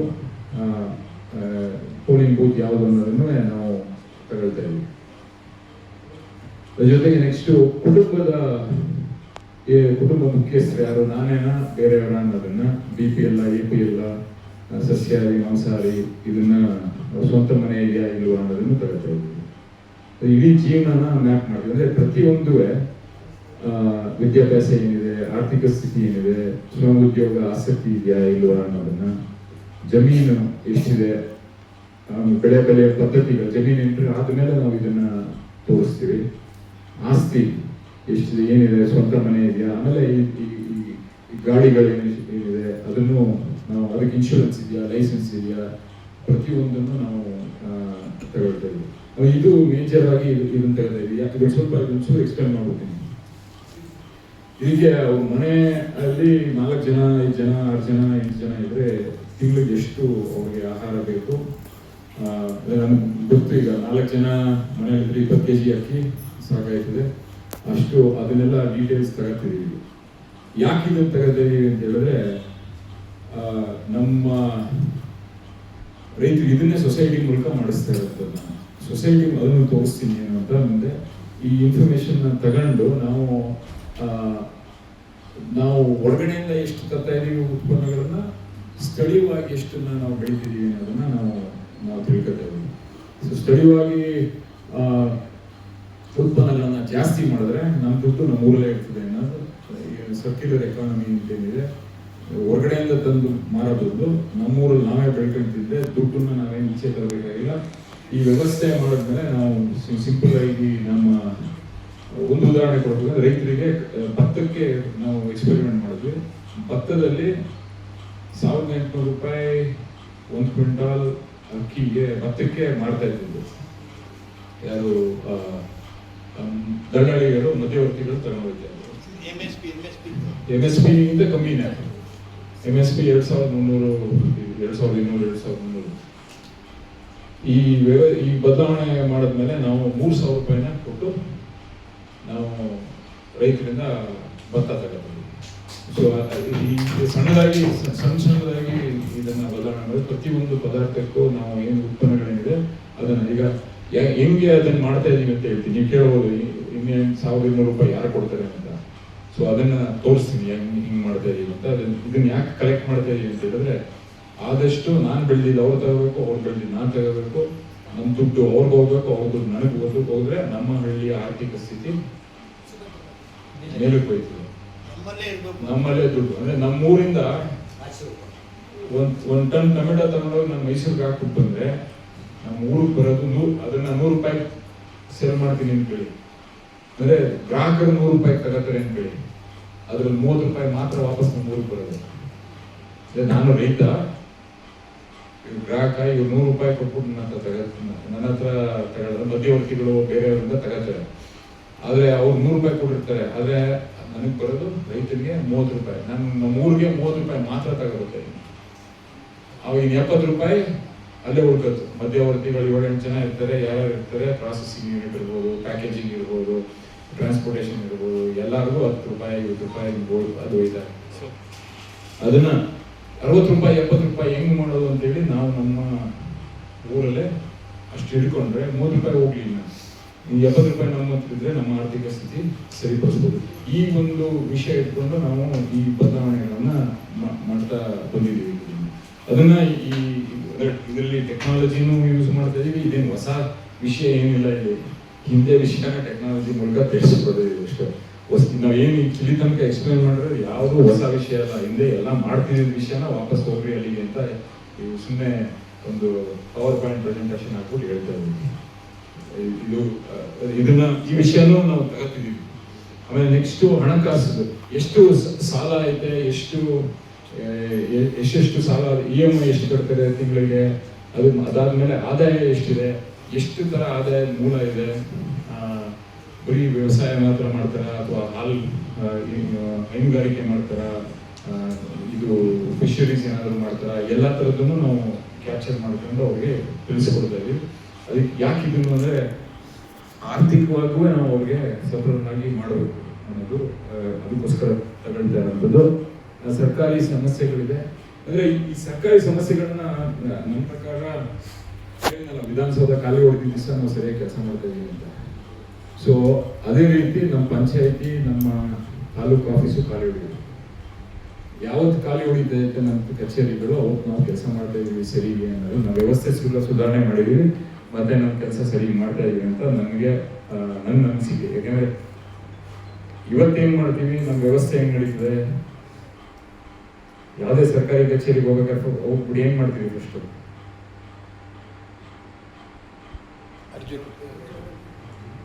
ಅರ್ಜಿ ಕೊಡ್ತೀವಿ. ಯಾವುದೇ ಸರ್ಕಾರಿ ಕಚೇರಿಗೆ ಹೋದ್ರು ನೀವು ಯಾರೇ ಹೋಗಿ ಮಾತಾಡಿದ್ರು ಏನ್ ಕೇಳ್ತಾರೆ, ಫಸ್ಟ್ ಅರ್ಜಿ ಕೊಟ್ಟಿದ್ಯಾ ಅಂತ ಕೇಳ್ತಾರೆ. ಮನವಿ ಕೊಟ್ಟಿದಾರ, ಅರ್ಜಿ ಕೊಟ್ಟಿದ್ದೀರಿ, ಅದೇ ಸ್ಟಾರ್ಟಿಂಗ್ ಪಾಯಿಂಟ್.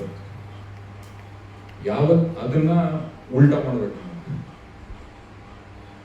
ನಾನು ಪಂಚಾಯತಿಯಲ್ಲಿ 17 ಸರ್ವಿಸಸ್, ಇವಾಗ ಪ್ರತಿ ಪಂಚಾಯತಿಗೆ 17 ಸರ್ವಿಸಸ್ನ ಕೊಡಬೇಕು. ಒಂದು ಪಂಚಾಯತಿಗೆ ಸರಿಸುಮಾರು 1700-1800 ಮನೆಗಳಿರ್ತವೆ. ಆ 17 ಸರ್ವಿಸಸ್ಸು 1700 ಮನೆಗಳಿಗೆ ಎಷ್ಟು ಮನೆ ಕೊಟ್ಟಿದ್ದೀವಿ ಅನ್ನೋದು ನಾವು ಹೇಳ್ಬೇಕು, ಸರ್ಕಾರಿ ಅಧಿಕಾರಿಗಳು. ಅವ್ರು ಬಂದು ನಾನು ನಿಮ್ಗೆ ಇದು ಬೇಕು ಅಂತ ಕೇಳೋಕ್ಕಾಗಲ್ಲ. ಅದೇ ಇದು ಕಾಲಕ್ರಮೇಣ ಮಾಡಕ್ಕೆ ಸಾಧ್ಯ ಇದೆ. ಯಾವತ್ತು ಪಂಚಾಯತಿ ಬರದೆ ಜನರಿಗೆ ಅವ್ರಿಗೆ ಕೆಲಸ ಮಾಡೋಕ್ಕೆ ಸಾಧ್ಯನೋ ಅವತ್ತಿನ ದಿನ ಆ ವ್ಯವಸ್ಥೆಯನ್ನು ಬದಲಾವಣೆ ಮಾಡಿದ್ರೆ ಅಲ್ಲಿಗೆ ನಾವು ತಲುಪಬಹುದು. ಇದರದ್ದು ಇದೇನು ಹೊಸದಾಗಲ್ಲ, ಬೇರೆ ಕಡೆ ಎಲ್ಲರೂ ಈ ಥರ ಮಾಡೋಂಥದ್ದೇ. ಈಗ ನಾನು ಅಮೆರಿಕಾದಲ್ಲಿ 20 ವರ್ಷ ಇದೆ. ಅಲ್ಲಿ ನಾನು ಯಾವ ಆಫೀಸ್ಗೂ ಹೋಗಿಲ್ಲ. ನಾನು ಆಫೀಸ್ ಎಲ್ಲ ಇದೆ ಅಂತ ಗೊತ್ತಿಲ್ಲ. ಅದೇ ಅಲ್ಲಿಗೆ ಕಂಪೇರ್ ಮಾಡೋದು ಬೇಡ. ಅಂದರೆ ನೀವು ಮಾಡಕ್ಕೆ ಸಾಧ್ಯ ಆಗಲ್ಲ ಅನ್ನೋದಲ್ಲ, ಸಾಧ್ಯತೆಗಳಿದೆ, ಆದರೆ ಆಸಕ್ತಿ ವಹಿಸ್ಬೇಕು.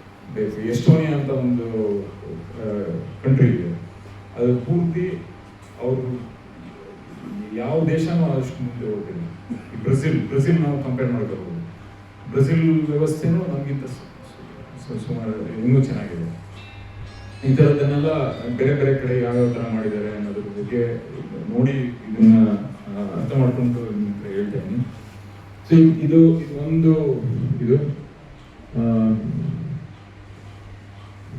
ಈ ಸಹಕಾರ ಸಂಘದ್ದು ಇದನ್ನ ಕ್ವಿಕ್ಕಾಗಿ ಇದನ್ನ ತೋರಿಸ್ತೀನಿ. ಅದೇ ಇದೇಳಲ್ಲ, ಮನೆ ಹೋಗಿ ರೈತರದು ಎಲ್ಲ ಇನ್ಫಾರ್ಮೇಶನ್ ತಗೊಬರ್ತಾ ಇದೀವಿ. ಅದ್ರ ಜೊತೆಗೆ ಇಲ್ಲೇನು ಮಾಡ್ತಾ ಇದೀವಿ ನಾವು, real time supply and demand ಅನ್ನ ಮ್ಯಾಪ್ ಮಾಡ್ತಾ ಇದೀವಿ. ಅಂದ್ರೆ ಸಪ್ಲೈ ಅಂದ್ರೆ ಎಷ್ಟು ಸಪ್ಲೈ ಅಂಡ್ ಡಿಮ್ಯಾಂಡ್ ಅಂದ್ರೆ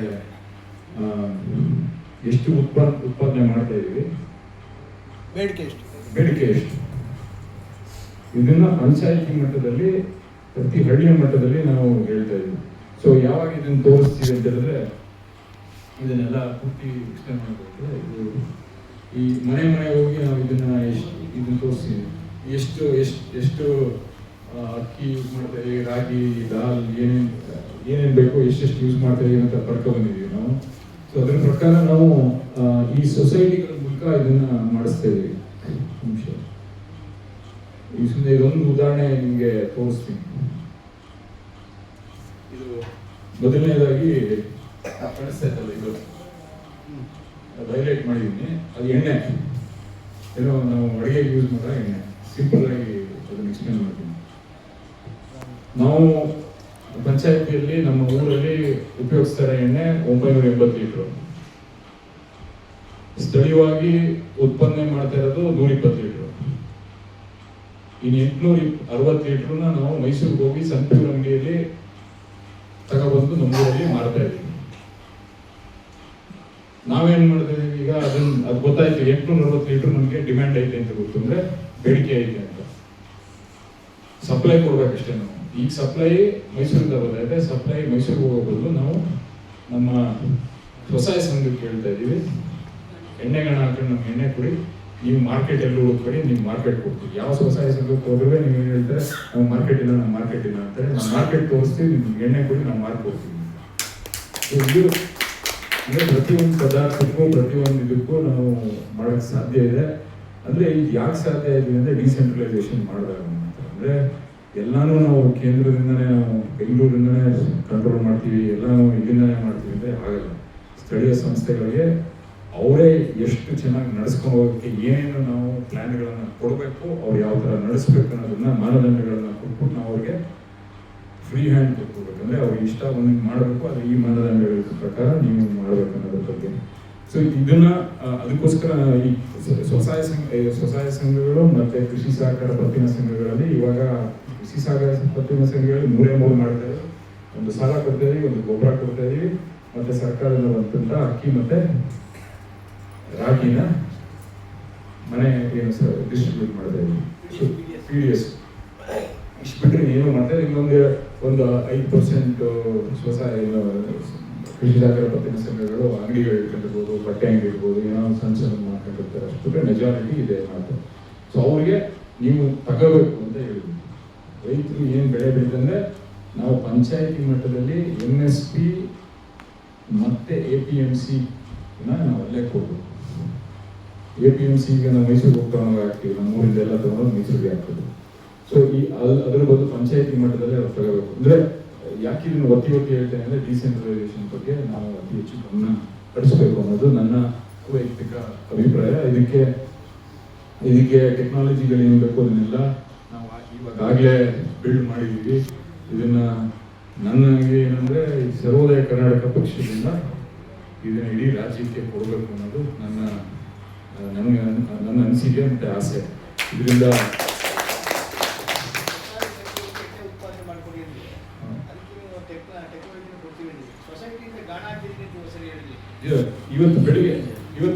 ಇವಾಗ ಬೆಳಿಗ್ಗೆ ನಾನು ಉದ್ಘಾಟನೆ ಮಾಡ್ಬಿಟ್ಟು ಬಂದೆ ಇಲ್ಲಿಗೆ.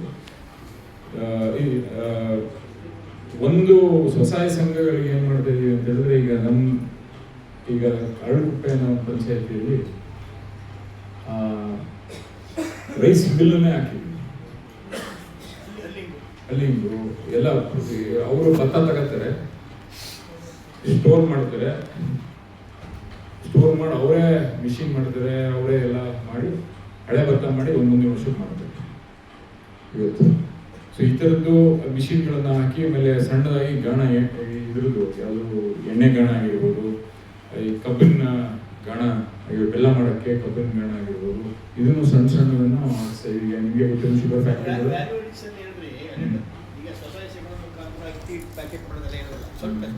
ಸೊ ಅದೇ ಈಗೇನು ಮಾಡ್ತಾ ಇದೀವಿ, ಈಗ ಹೆಂಗ್ ವರ್ಕ್ ಆಗತ್ತೆ ಅಂತ ಹೇಳ್ತೀನಿ. ಎಷ್ಟು ತರಕಾರಿ ಯೂಸ್ ಮಾಡ್ತೀವಿ, ಯಾವ ವಾರದಲ್ಲಿ ಯಾವ ತಿಂಗಳಲ್ಲಿ ಅಂತ ನಾವು ಮ್ಯಾಪ್ ಮಾಡಿದ್ದೀವಿ. ಹಬ್ಬಗಳ ಮೇಲೆ ಏನೇನು ಯೂಸ್ ಮಾಡ್ತೀವಿ, ಹಬ್ಬ ಇಲ್ಲದಾಗ ಏನು ಯೂಸ್ ಮಾಡ್ತೀವಿ ಅನ್ನೋದು ನಮಗೆ ಯಾವ್ಯಾವ ಪಂಚಾಯತಿನಲ್ಲಿ ಗೊತ್ತಾಯ್ತು. ಯಾವ ತರಕಾರಿ, ಯಾವ ಹೂವು, ಯಾವ ಹಣ್ಣು ಇದೆಲ್ಲ. ಇದನ್ನೇನು ಮಾಡ್ತೀವಿ, ನಮ್ಮ ರೈತರು ಷೇರುದಾರಗಳು ಇರ್ತಾರೆ, ಅವ್ರಿಗೆ ಹೇಳ್ತೀವಿ ಈ ಬೆಳೆಗಳನ್ನ ಬೆಳೀರಿ, ನೀವು ಎಲ್ಲೂ ಮಾರ್ಕೆಟ್ಗೆ ಹೋಗ್ಬೇಡಿ, ನಾವೇ ನಿಮ್ಮ ಹತ್ರ ತಗೋತೀವಿ ಅಂತ ಪರ್ಚೇಸ್ ಮಾಡ್ತೀವಿ. ಮುಂಚೆನೇ ಹೇಳ್ತಾ ಇದ್ದೀವಿ. ಈಗ ಸುಮ್ಮನೆ ಉದಾಹರಣೆಗೆ 100 ಟನ್ ಟೊಮೆಟೊ ಬೆಳೀಲಿ ಅಂತ ನಾವು ಹೇಳಿರ್ತೀವಿ. ನಮಗೆ ಗೊತ್ತು ನಮ್ಮ ಪಂಚಾಯತಿ ಮಟ್ಟಕ್ಕೆ ಬರೀ 50 ಟನ್ ಟೊಮೆಟೊ ಸಾಕು, ಇನ್ನು 50 ಟನ್ ಟೊಮೆಟೊ ನಾವು ಜಾಸ್ತಿ ಬೆಳೆದಿದ್ವಿ, ಅದನ್ನ ನಾವು ಹೊರಗಡೆ ಮಾಡಬೇಕು. ಕಟಾವು ಮುಂಚೆನೇ ಈಗ ಸೆಪ್ಟೆಂಬರಲ್ಲಿ ಕಟಾವು ಮಾಡಿದೆ, ಆದರೆ ನಾನು ಬಲ್ಕ್ ಯಾರಾದರೂ ತಗೊಳ್ಳೋದಿದ್ರೆ ಹೊರಗಡೆ ನಾನು ಇವತ್ತೇ ಮಾಡ್ತೀನಿ. ಸೆಪ್ಟೆಂಬರ್ಗೆ ನಾನು ಕಟಾವು ಮಾಡಿದ್ಮೇಲೆ ತುಂಬ ಕಳಿಸ್ತೀನಿ ಅಷ್ಟೇ.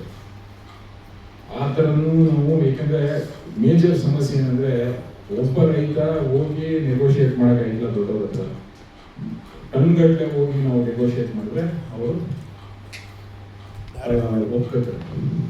ಇದನ್ನ ಎಕನಾಮಿಕ್ಸ್ ಅನ್ನು ನಾವು ಅರ್ಥ ಮಾಡ್ಕೊಂಡು ಅವ್ರಿಗೆ ಹೇಳ್ತೇವೆ. ನಾವು ಈ ಸ್ವಸಹಾಯ ಸಂಘಗಳಿಂದ, ಈಗ ಸ್ವಸಹಾಯ ಸಂಘಗಳಿಗೆ ಹೆಂಗೆ ನೀವು ಉಪ ಉತ್ಪನ್ನಗಳನ್ನ ಯಾವ ಥರ ಮಾಡ್ತಾ ಇದೀವಿ ಅಂತ ಹೇಳಿದ್ರೆ, ರೈತರಿಂದ ನಾವು ಬೆಳೆಗಳನ್ನ ಖರೀದಿ ಮಾಡ್ತಾ ಇದ್ದೀವಿ, ಸ್ವಸಹಾಯ ಸಂಘಗಳಿಗೆ ಬೆಳೆನ ಕೊಡ್ತಾ ಇದ್ದೀವಿ. ನಾವು ಏನೇನು ಮಾಡಬೇಕು, ಅಕ್ಕಿ ಫಾರ್ ಎಕ್ಸಾಂಪಲ್, ಅದರಿಂದ ಹಸಿಟ್ಟು ಮಾಡಬೇಕಾ, ನೀವು ಹಸಿಟ್ಟು ಮಿಲ್ ಹಾಕಿ ಹಸಿಟ್ಟು ಮಾಡಿ ಪ್ಯಾಕೇಜ್ ಮಾಡಿ ನಾವು ಕೊಡಿ, ನಾವು ಮಾರೋ ಜವಾಬ್ದಾರಿ ನಮ್ಮದು. ಇದು ಎಲ್ಲ ಷೇರುದಾರಗಳಿವರೆಲ್ಲ ಸ್ವಸಹಾಯ ಸಂಘದಲ್ಲಿರೋರು, ರೈತರು ಎಲ್ಲರೂ ನಮ್ಮ ಸೊಸೈಟಿಯ ಷೇರುದಾರಗಳು. ಎಲ್ಲ ಷೇರುದಾರಗಳಿಗೆ ಕೊಡ್ತಾ ಇದ್ದೀವಿ. ಈ ಪ್ರತಿ ಹಳ್ಳಿಯಲ್ಲಿ ಇಬ್ರು ತರ ಜನರು. ಒಬ್ರಿಗೆ ಭೂಮಿ ಇರ್ತದೆ, ಇನ್ನೊಬ್ರಿಗೆ ಭೂಮಿ ಇರ್ತದೆ. ನಾವಿಬ್ರಿಗೂ ನೋಡ್ಕೋಬೇಕು. ಭೂಮಿ ಇರೋರಿಗೆ, ಭೂಮಿಯವರಿಗೇನು, ನನಗೆ ಭೂಮಿಯಲ್ಲಿ ಬೆಳೆ ಬೆಳೆಯಕ್ಕೆ ಗೊತ್ತು, ನಾನು ಬಿಸ್ನೆಸ್ ಮ್ಯಾನ್ ಅಲ್ಲ, ಮಾರ್ಕೆಟ್ ಮಾಡಕ್ಕೆ ಬೈತೀನಿ. ನನಗೆ ಅವನಿಗೆ ಬೇಕಾಗಿರೋದು ಸರಿಯಾದ ಬೆಲೆ, ಅವ್ರ ಬೆಳೆ. ಭೂಮಿ ಇಲ್ಲದವ್ರಿಗೇನು ಜೀವನ ಕಟ್ಕೊಳ್ಳೋಕೆ ಕೆಲಸ ಬರುತ್ತೆ. ಇವೆರಡನ್ನ ನಾವು ಅಡ್ರೆಸ್ ಮಾಡಬೇಕಲ್ಲಿ ಸ್ಥಳೀಯವಾಗಿ. ಇವ್ರಿಗೆ ಮಾರುಕಟ್ಟೆ ಮೂಲಕ ನಾವು ಬೆಲೆ ಕೊಡಿಸ್ತಾ ಇದ್ದೀವಿ, ಅವ್ರಿಗೆ ಕೆಲಸದ ಮೂಲಕ ಅವ್ರಿಗೆ ಬದುಕು ಕಟ್ಕೊಳ್ಳೋಕ್ಕೆ ಸ್ವಸಹಾಯ ಸಂಘಗಳ ಮೂಲಕ ಕೊಡ್ತಾ ಇದ್ದೀವಿ. ಷೇರುದಾರಗಳು ಭೂಮಿ ಇರಲಿ, ಭೂಮಿ ಇಲ್ಲದೆ ಇರಲಿ, ಷೇರುದಾರಗಳ ಮೂಲಕ ಆ ಸ್ವಸಹಾಯ ಏನಿದೆ ಕೃಷಿ ಸಹಕಾರ ಪತ್ತಿನ ಸಂಘ, ಅಲ್ಲಿ ಬರೋಂಥ ಲಾಭ ಡಿವಿಡೆಂಡ್ ಆಗಿ ಏನು ಬೋನಸ್ ಅಂತ ನಿಮಗೆ ಗೊತ್ತಿರೋಂಥದ್ದು ಇದಿರುತ್ತೆ. ಬೋನಸ್ಗಳನ್ನ ಕೊಡೋದ್ರ ಮೂಲಕವೇ ನಾವು ಆರ್ಥಿಕವಾಗಿ, ಈಗ ದುಡ್ಡಲ್ಲೇ ಇರ್ತದೆ, ಅವ್ರದೇ ಸಂಸ್ಥೆ. ಅದೇ ಇಷ್ಟು ಈಸಿಯಾಗಿ ನಡೆಯಿಲ್ಲ, ನಾನು ಸುಮ್ಮನೆ ಈಸಿಯಾಗಿ ಹೇಳ್ತಾ ಇದ್ದೀನಿ. ಆದರೆ ಅದರಲ್ಲಿ ಕಾಂಪ್ಲಿಕೇಶನ್ ಸಿಕ್ಕಾಪಟ್ಟೆ ಇದೆ. ಆದರೆ ಅಟ್ಲೀಸ್ಟ್ ನಾವು ಪ್ರಯತ್ನಗಳನ್ನ ಮಾಡಿದ್ರೆ ನಮ್ಮ ಆರ್ಥಿಕ ಸ್ಥಿತಿಯನ್ನು ನಾವು ಬೆಳೆಸ್ಬೋದು. ಯಾವ ಗೌರ್ಮೆಂಟ್ನು ನಾವು ಇದಾಗಿದ್ರೆ ಇನ್ಶೂರೆನ್ಸ್ ಕೊಡ್ಬೋದು. ಈಗ ಫಾರ್ ಎಕ್ಸಾಂಪಲ್ ನಮ್ಮದು ಸಾವಯವ ತಾಲೂಕು ಅಂತ ನಮ್ಮ ತಾಲೂಕನ್ನು ಘೋಷಣೆ ಮಾಡಿದ್ದಾರೆ. ಸಾವಯವ ತಾಲೂಕಿಗೆ ನಮ್ಮೂರಲ್ಲಿ ನಾವು 100 ಜನ ರೈತರು ಅಂದರೆ ನಾನು ಹೇಳ್ಬೋದಪ್ಪ, 20 ಜನ ರೈತರು ನೀವು ಸಾವಯವ ಕೃಷಿಗೆ ನೀವು ಕೈ ಹಾಕಿ ನೀವು ಬೆಳೀರಿ. ಅವ್ರೇನು ಹೇಳ್ತಾರೆ ಬಂದು, ಮೊದಲನೇ ವರ್ಷ ನನಗೆ ಬೆಳೆ ಬೆಳೀತಿಲ್ಲ, ನನಗೆ ದುಡ್ಡು ಕಟ್ಕೊಡೋರು ಯಾರು, ನಮ್ಮ ಜೀವನ ಹೆಂಗೆ ಕಟ್ಕೊಳ್ತೀನಿ ಅಂತ. ನಮ್ಮ ಸೊಸೈಟಿಗಳಲ್ಲಿ ದುಡ್ಡು ಇದೆ, ಸೊಸೈಟಿಗಳಲ್ಲಿ ನಾವು ಹೀಗೆ ಹೋದ ವರ್ಷ ಏನು ಬೆಳೆ ನಿಮ್ಗೆ ಸಿಕ್ಕೊಟ್ಟಿದ್ವಿ ಅದ್ರ ಪ್ರಕಾರ ನಿಮ್ಗೆ ಬೆಲೆ ಕಟ್ಕೊಟ್ಟು ನಿಮ್ಗೆ ಮರ್ಯಾದ ಮಾಡೋದು. ಯಾವತ್ತು ನಿಮಗೆ ರೈತರಿಗೆ ನನಗೆ ದುಡ್ಡು ಬರ್ತದೆ, ನಾನು ಏನು ಬೇಕಾದ್ರೂ ಮಾಡ್ಬೋದು ಅಂತ ರಿಸ್ಕ್ ತಗೋಬೋದು ಅಂತ ಹೇಳಿದ್ರೆ ಅವತ್ತು ಕೈಯ. ಈಗ ಅಮಿತ್ ಶಾ ಕಮಿಟಿದಾರರು ಸಹಕಾರ ವ್ಯವಸ್ಥೆ ಮೇಲೆ ಅಮಿತ್ ಶಾ ದಾಳಿ ಮಾಡ್ತಾ ಇದ್ದಾರೆ, ಅದನ್ನ ಹೆಂಗೆ ರೆಸಿಸ್ಟ್ ಮಾಡೋದು? ಎಕ್ಸ್ಪ್ಲೇನ್ ಮಾಡ್ತೀನಿ ನಾನು. ಹಾಂ ಅದನ್ನು ನಾನು ಹೇಳಿದ ಒಳ್ಳೆ ಪ್ರಶ್ನೆ, ಅದನ್ನು ಕೇಳ್ತೀನಿ, ಅದನ್ನು ಹೇಳ್ತೀನಿ. ಸೊ ಇದನ್ನ ಸೊ ಇದನ್ನ ಸ್ವಸಹಾಯ ಸಂಘಗಳು ಅಂದ್ರೆ ಸಹಕಾರ ಇದನ್ನ ಗಟ್ಟಿ ಮಾಡ್ಬೇಕು. ಯಾಕೆಂದ್ರೆ ನಮ್ಮ ಇವಾಗಿರೋಂಥ ಲಾಸ್ ಏನಿದೆ ಅದು ಸುಲಭವಾಗಿ ಚೀಟ್ ಮಾಡೋಕ್ಕೆ ಸಾಧ್ಯ ಇದೆ. ಅಂದರೆ ಸುಲಭವಾಗಿ ಮೋಸ ಮಾಡೋಕ್ಕೆ ಸಾಧ್ಯತೆಗಳು ಎಲ್ಲ ಲೂಪ್ ಹೋಲ್ಸ್ ಇದೆ. ಈ ಅಣ್ಣ ಕೇಳಿದ್ರು ಅಮಿತ್ ಶಾ ಅವ್ರು ಮಾಡ್ತಿರೋಂಥದ್ದು ಏನು ಅಂದರೆ ಡಿಜಿಟೈಸೇಷನ್ ಮಾಡಿಸ್ತಾರೆ. ಅದು ನಮ್ಗೆ ಹೆಲ್ಪ್ಫುಲ್. ಅದು ಅವರು ಅಲ್ಲಲ್ಲ ಅಂದರೆ ಡಿಜಿಟೈಸೇಷನ್, ಆದರೆ ಅವರು ಎಲ್ಲಾನು ಅವ್ರ ಪೋಷಕ್ಕೆ ತಗೋಬೇಕು ಅಂತ ಪ್ರಯತ್ನ ಪಡ್ತಿದ್ದಾರೆ. ಇಲ್ಲಿ ಸೆಂಟ್ರಲ್ ಗೌರ್ಮೆಂಟ್ ಈಗ ಕನ್ಯಾಕುಮಾರಿಯಿಂದ ಕಾಶ್ಮೀರ ಗಂಟ ಒಂದೇ ಸಿಸ್ಟಮ್ ಅಲ್ಲಿ ಇರಬೇಕು ಅಂತ ಸೆಂಟ್ರಲ್ ಗೌರ್ಮೆಂಟ್ ಮಾಡ್ತಾರೆ ಎಲ್ಲ ಸಹಕಾರ ಕ್ಷೇತ್ರದಲ್ಲೂ. ಯಾಕಂದ್ರೆ ಅವರು ಸಹಕಾರ ಕ್ಷೇತ್ರದ ಮೂಲಕನೇ ಆರ್ಥಿಕವಾಗಿ ಕೆಲಸ ಮಾಡಬೇಕು ಅಂತ 231 ಸರ್ವಿಸಸ್ನ ಕೊಡೋಕ್ಕೆ ಸಾಧ್ಯ ಐತೆ. ಅದರಲ್ಲಿ ಇದೆ. ಈಗ ನೀವು ಏನೇನು ಮಾಡೋದು, ಈಗ RTC ತಾವಿಂದ ಹಿಡಿದು ನೀವು ಸೋಲಾರ್ ಆಕಳದಿಂದ ಹಿಡಿದು ಎಲ್ಲಾನು ಸಹಕಾರ ಕ್ಷೇತ್ರಗಳಲ್ಲಿ ಮಾಡ್ಬೋದು. ಸೊ ಅದನ್ನ ಪುಷ್ ಮಾಡೋಕ್ಕೆ ಪ್ರಯತ್ನ ಪಡ್ತಿದ್ದಾರೆ. ಅದನ್ನ ಅದು ಆ ಕ್ವೆಶ್ಚನ್ ಬಗ್ಗೆ ಒಂದಿನ ಪೂರ್ತಿ ಡಿಸ್ಕಷನ್ ಮಾಡಬೇಕಾಯ್ತು. ಸೊ ಅದೇ ಇದನ್ನ ಸಿಂಪಲ್ ಆಗಿ ಹೇಳಿದೀನಿ. ಇನ್ನು ಇದ್ರ ಬಗ್ಗೆ ಯಾವ ತರ ಏನು ಅಂತ ಅಂದ್ರೆ ಪ್ರಶ್ನೆ ಇದ್ರೆ ಕೇಳಿ, ನಾನು ಎಕ್ಸ್ಪ್ಲೇನ್ ಮಾಡ್ತೀನಿ. ಈ ತರ ಇದನ್ನು ನಮಗೂ ಎಲ್ಲ ಇನ್ನೂ ಗೊತ್ತಿಲ್ಲ, ಆದ್ರೆ ಯಾವ ರೀತಿ ಮಾಡ್ಬೇಕು ಅನ್ನೋದ್ರ ಬಗ್ಗೆ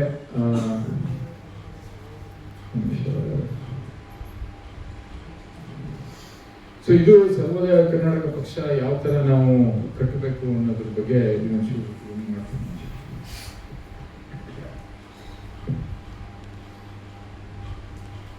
ಯಾವ ತರ ನಾವು ಟೀಮ್ಗಳನ್ನ ಮಾಡಬೇಕು ಅನ್ನೋದನ್ನ ನಾನು ಇಲ್ಲಿ ಬರ್ತಿದ್ದೀನಿ. ಇಲ್ಲಿ ಮೊದಲನೇದಾಗಿ ಫಸ್ಟು ಶುರು ಮಾಡೋಕ್ಕೆ ಮುಂಚೆ ನನ್ನ ಇದೆಲ್ಲ ನನ್ನ ಸಲಹೆ, ನನ್ನ ಅಭಿಪ್ರಾಯಗಳನ್ನ ನಾನು ಇಲ್ಲಿ ಇಡ್ತಾ ಇದ್ದೀನಿ ನಿಮ್ಮ ಮುಂದೆ. 50% ಮಹಿಳೆಯರು, 50% ಪುರುಷರು, ಅದು ಫಸ್ಟ್ ಸ್ಟೆಪ್ ನಾವು ತಗೋಬೇಕಾಗಿರೋದು. ಅದು 35%, 33% ಅವೆಲ್ಲ ತೆಗೆದಾಕ್ಬಿಟ್ಟು 55% ಮಾಡಬೇಕು ಅನ್ನೋದು ನನ್ನ ಮೊದಲನೇ. ಅದರಿಂದಲೇ ಶುರು ಮಾಡಬೇಕು, ನಾನೇ ಇದನ್ನು ಮಾಡಬೇಕಾದ್ರು. ಈ ಸ್ಟೇಟ್ ಲೆವೆಲಲ್ಲಿ ಯಾವ್ಯಾವ ಥರ ಕಮಿಟಿಗಳನ್ನ ಮಾಡಬೇಕು ಅನ್ನೋದನ್ನ ನಾನು ಇಲ್ಲಿ ಬರೆದಿದ್ದೀನಿ. ಅವ್ರದ್ದು ಪ್ರತಿಯೊಬ್ಬರಿಗೂ ಅವರ ರೆಸ್ಪಾನ್ಸಿಬಿಲಿಟಿ ಏನು ಅಂತ, ಅಂದರೆ ಅವ್ರು ಏನು ಯಾರು ಯಾವ್ಯಾವ ರೋಲ್ಗಳನ್ನು ಅವ್ರನ್ನ ನಡ್ಸ್ಕೊಂಡು ಹೋಗ್ಬೇಕು ಅನ್ನೋದನ್ನ. ಅದ್ರ ಜೊತೆಗೆ ಇದು ಮೊದಲನೇ 5 ನಿಮಗೆ ಗೊತ್ತಾಯ್ತು. ಟ್ರೆಷರರ್ ಗೊತ್ತು, ಪ್ರೆಸಿಡೆಂಟ್ ಗೊತ್ತು, ವರ್ಕಿಂಗ್ ಪ್ರೆಸಿಡೆಂಟು ಮತ್ತು ಎಕ್ಸಿಕ್ಯೂಟಿವ್ ಕೌನ್ಸಿಲ್, ಇವೆಲ್ಲ ನಿಮಗೆ ಗೊತ್ತಿರೋಂಥದ್ದೇ. ಇದು ಈ ಕೆಲಸ ಮಾಡೋಂಥ ಈಗ ಲೀಗಲ್ ಸೆಲ್ ಹಿಂದಿನಿಂದ ಸುಮಾರು ಜನ ಮಾಡಿರೋಂಥದ್ದು ನಿಮಗೆ ಗೊತ್ತಿರೋಂಥದ್ದು. ಕಮ್ಯುನಿಕೇಷನ್, ಮೀಡಿಯಾ, ಇದು ಮೇಜರ್ ಆಗಿ ಈ ಪಾಲಿಸಿ ಮತ್ತು ರಿಸರ್ಚ್ ಇರೋ ಪಾಲಿಸಿಗಳೇನಿದೆ ಅದನ್ನು ಯಾವ ಥರ ನಾವು ಸರಿಪಡಿಸಬೇಕು ಅದ್ರ ಬಗ್ಗೆ ಜಾಸ್ತಿ ನಾವು ಕೊಡಬೇಕು ಅನ್ನೋದು ಇರೋಂಥದ್ದು. ಈಗೆಲ್ಲ IT ಮತ್ತು ಡಿಜಿಟಲ್ ವಿಂಗ್, ಅಂದರೆ ನನ್ನ ಬ್ಯಾಕ್ಗ್ರೌಂಡ್ ಅದರಲ್ಲಿ ಇರೋದ್ರಿಂದ ನಾನು ಹೇಳ್ತೀನಿ. ಏನಾದರೂ ನಾವು ಇದನ್ನೆಲ್ಲ ಸರಿಪಡಿಸ್ಬೇಕು, ವ್ಯವಸ್ಥೆಯನ್ನು ಸರಿಪಡಿಸ್ಬೇಕು ಅಂತ ಹೇಳಿದ್ರೆ ಇದು ಟೆಕ್ನಾಲಜಿ ತುಂಬ, ಅಂದರೆ ಟೆಕ್ನಾಲಜಿ ಒಂದೇ ಅಲ್ಲ.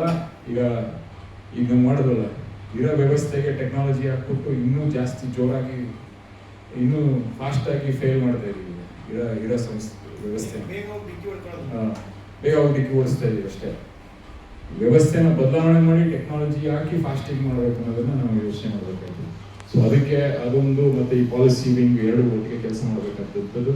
ಈ ಐಡಿಯಾಲಜಿ ಏನಿದೆ, ಐಡಿಯಾಲಜಿ ಯಾವ ಥರ ಇರಬೇಕು, ನಮ್ಮ ಔಟ್ಲುಕ್ ಏನು, ನಮ್ಮ ಅಭಿಪ್ರಾಯಗಳೇನು, ಅದನ್ನ ಟ್ರೈನಿಂಗ್ ಅಕಾಡೆಮಿ ಮೂಲಕ ಈ ಮೈನಾರಿಟಿ ಅಫೇರ್ಸ್ ಸೆಲ್ ಸೆಪ್ರೇಟ್ ಆಗಿ ಮಾಡಿದ್ವಿ. ವುಮೆನ್ ಎಂಪವರ್ಮೆಂಟ್ ಸೆಲ್ ಎನ್ಶೋರ್ 50% ಈ ಎಲ್ಲ ಕಮಿಟಿಯಲ್ಲಿ ಎಲ್ಲ ಏನೇ ಇರಲಿ 50% ಎಲ್ಲ ಕಡೆ ವುಮೆನ್ ಇದ್ದೇ ಇರಬೇಕು ಅನ್ನೋದನ್ನ ಅವರು ರೆಸ್ಪಾನ್ಸಿಬಿಲಿಟಿ ತಗೋತಾರೆ. ಮತ್ತೆ ಅವ್ರ ರೈಟ್ಸ್ ಬಗ್ಗೆನೂ ಅವ್ರು ಮಾಡೋದು ಇದು ಕಮಿಟಿ. ಅದೇ ರೀತಿ ಡಿಸ್ಟ್ರಿಕ್ಟ್ ಲೆವೆಲಲ್ಲಿ ಯಾವ ಥರ ಇರಬೇಕು ಸಿಮಿಲರ್ಲಿ ಇದು ಮಾಡಿದ್ದೀವಿ. ಇದನ್ನ ಏನು ಚೇಂಜಸ್ ಏನಂತಂದ್ರೆ ಎಕನಾಮಿ ಬಗ್ಗೆ ಅತಿ ಹೆಚ್ಚು ಒತ್ತು ಕೊಡ್ತಾ ಇದ್ದೀವಿ. ಎಕನಾಮಿಕ್ಸ್ ಬಗ್ಗೆ ನೋಡಬೇಕು, ಅದ್ರ ಜೊತೆಗೆ ಸಮಸ್ಯೆಗಳೇನಿದೆ ಲೋಕಲಲ್ಲಿ ಅದನ್ನ ಯಾವ ಥರ ಪರಿಹಾರ ಮಾಡಬೇಕು, ಹೆಲ್ತ್ ಮತ್ತು ಎಜುಕೇಷನ್ ಯಾವ ಥರ ಇದೆ. ಈ ನಿಮಗೆ ಮೇಜರ್ ಆಗಿರೋಂಥದ್ದು ಇದು ಎನ್ವೈರನ್ಮೆಂಟ್ ಸೆಲ್. ನಿಮಗೆ ಗೊತ್ತಿರೋ ಇಂಜಿನಿಂದ ರೈತ ಸಂಘಟನೆಯನ್ನು ನಮ್ಮ ಏನು ಎನ್ವೈರನ್ಮೆಂಟ್ ಇದೆ ಅದ್ರ ಬಗ್ಗೆ ತುಂಬ ಅತಿ ಹೆಚ್ಚು ಗಮನ ಹರಿಸಿ ಇದರಿಂದ ಹೋರಾಟ ಮಾಡಿ ನಮ್ಮ ಕೆರೆಕಟ್ಟೆಗಳಾಗಿರ್ಬೋದು ಅದನ್ನ ಉಳಿಸಬೇಕು, ಯಾವ ಥರ ನಾವು ನಡೆಸ್ಕೊಂಡು ಹೋಗ್ಬೇಕು ಅನ್ನೋದ್ರ ಬಗ್ಗೆ ನಡೀತಾ ಇದೆ. ಅದ್ರದ್ದು ಸೆಲ್ ಮತ್ತು ಸೋಷಿಯಲ್ ಜಸ್ಟಿಸ್ ಸೆಲ್ಲನ್ನು ಹಾಕಿದ್ವಿ. ಅದೇ ರೀತಿ ತಾಲೂಕು ಲೆವೆಲಲ್ಲೂ ಸಿಮಿಲರ್ ಕಮಿಟಿಗಳನ್ನ ಯಾವ ಥರ ಇರಬೇಕು ಅನ್ನೋದ್ರ ಬಗ್ಗೆನೂ ಮಾಡಿದ್ದೀವಿ. ಹೋಬಳಿ, ಪಂಚಾಯತಿ, ಗ್ರಾಮ ಇದಿಷ್ಟು ಡೀಟೇಲ್ ಆಗಿ ಏನೇನು ಮಾಡಬೇಕು ಪ್ರತಿಯೊಬ್ಬರು ಅಂತ ಅನ್ನೋದನ್ನ ಬರೆದಿದ್ವಿ. ಈ ಥರದ್ದು ವಿಂಗ್ಗಳು ಅಂದರೆ ಬೇರೆ ಬೇರೆ ವಿಂಗ್ಗಳನ್ನ ಯಾವ ಥರ ನಾವು ಯೂತ್ ವಿಂಗ್ ಇರ್ಬೋದು, ಅದ್ರ ಜೊತೆಗೆ ನ್ಯಾಯ ಸರ್ವೋದಯ ಅನ್ನೋದು ವಿಂಗ್ ಇರ್ಬೋದು. ಈ ಎನ್ವೈರನ್ಮೆಂಟ್ ವಿಂಗ್ ಅಂತಂದರೆ ಅವರು ಗಿಡಗಳನ್ನ ಎಲ್ಲಿ ನೆಡಬೇಕು, ಅದನ್ನ ಪರಿಸರನ ಯಾವ ಥರ ಕಾಪಾಡಬೇಕು, ಇದ್ರ ಬಗ್ಗೆ ವಿಂಗ್. ಇದರದಿಷ್ಟು ವಿಂಗ್ಗಳನ್ನು ನಾವು ಮಾಡಬೇಕು ಅನ್ನೋದು ಇಲ್ಲಿ ಬರೆದಿದ್ದೀನಿ. ಮೇಜರ್ ಆಗಿ ನಮ್ಮದು ಫಸ್ಟು ಈಗ ಬರೀ ನಾವು ಗವರ್ನೆನ್ಸ್ ಸ್ಟ್ರಕ್ಚರಲ್ಲಿ ನಾವು ಚೇಂಜ್ ಮಾಡಬೇಕು ಅಂತ ಹೇಳಿದ್ರೆ ಡಿಸೆಂಟ್ರಲೈಸೇಷನ್ ಮಾಡೋದನ್ನು ನಮ್ಮ ಆಡಳಿತ ವ್ಯವಸ್ಥೆ, ನಮ್ಮ ಏನು ಸರ್ವೋದಯ ಕರ್ನಾಟಕ ಪಕ್ಷ ಆಡಳಿತದಲ್ಲೂ ಡಿಸೆಂಟ್ರಲೈಸೇಷನ್ ನಾವು ಅಳವಡಿಸ್ಕೊಂಡ್ರೆ ಮಾತ್ರ ನಾವು ಬೇರೆಯವ್ರಿಗೆ ಹೇಳಕ್ಕೆ ಸಾಧ್ಯ. ಸೊ ಅದೇ ರೀತಿ ನಾವು ಏನೇ ಡಿಸಿಷನ್ ಇರ್ಬೋದು ಇದೆಲ್ಲ ಡಿಸೆಂಟ್ರಲೈಸೇಷನ್ ಮಾಡಬೇಕು. ನಮ್ಮ ಪೈಲಾಗಳೇನಿದೆ ಅದರಲ್ಲಿ ಇದನ್ನು ಹಾಕಬೇಕು. ಮಿಕ್ಕಿದೆಲ್ಲ ಇದನ್ನೆಲ್ಲ ಪೂರ್ತಿ ಬರೆದಿದ್ದೀವಿ.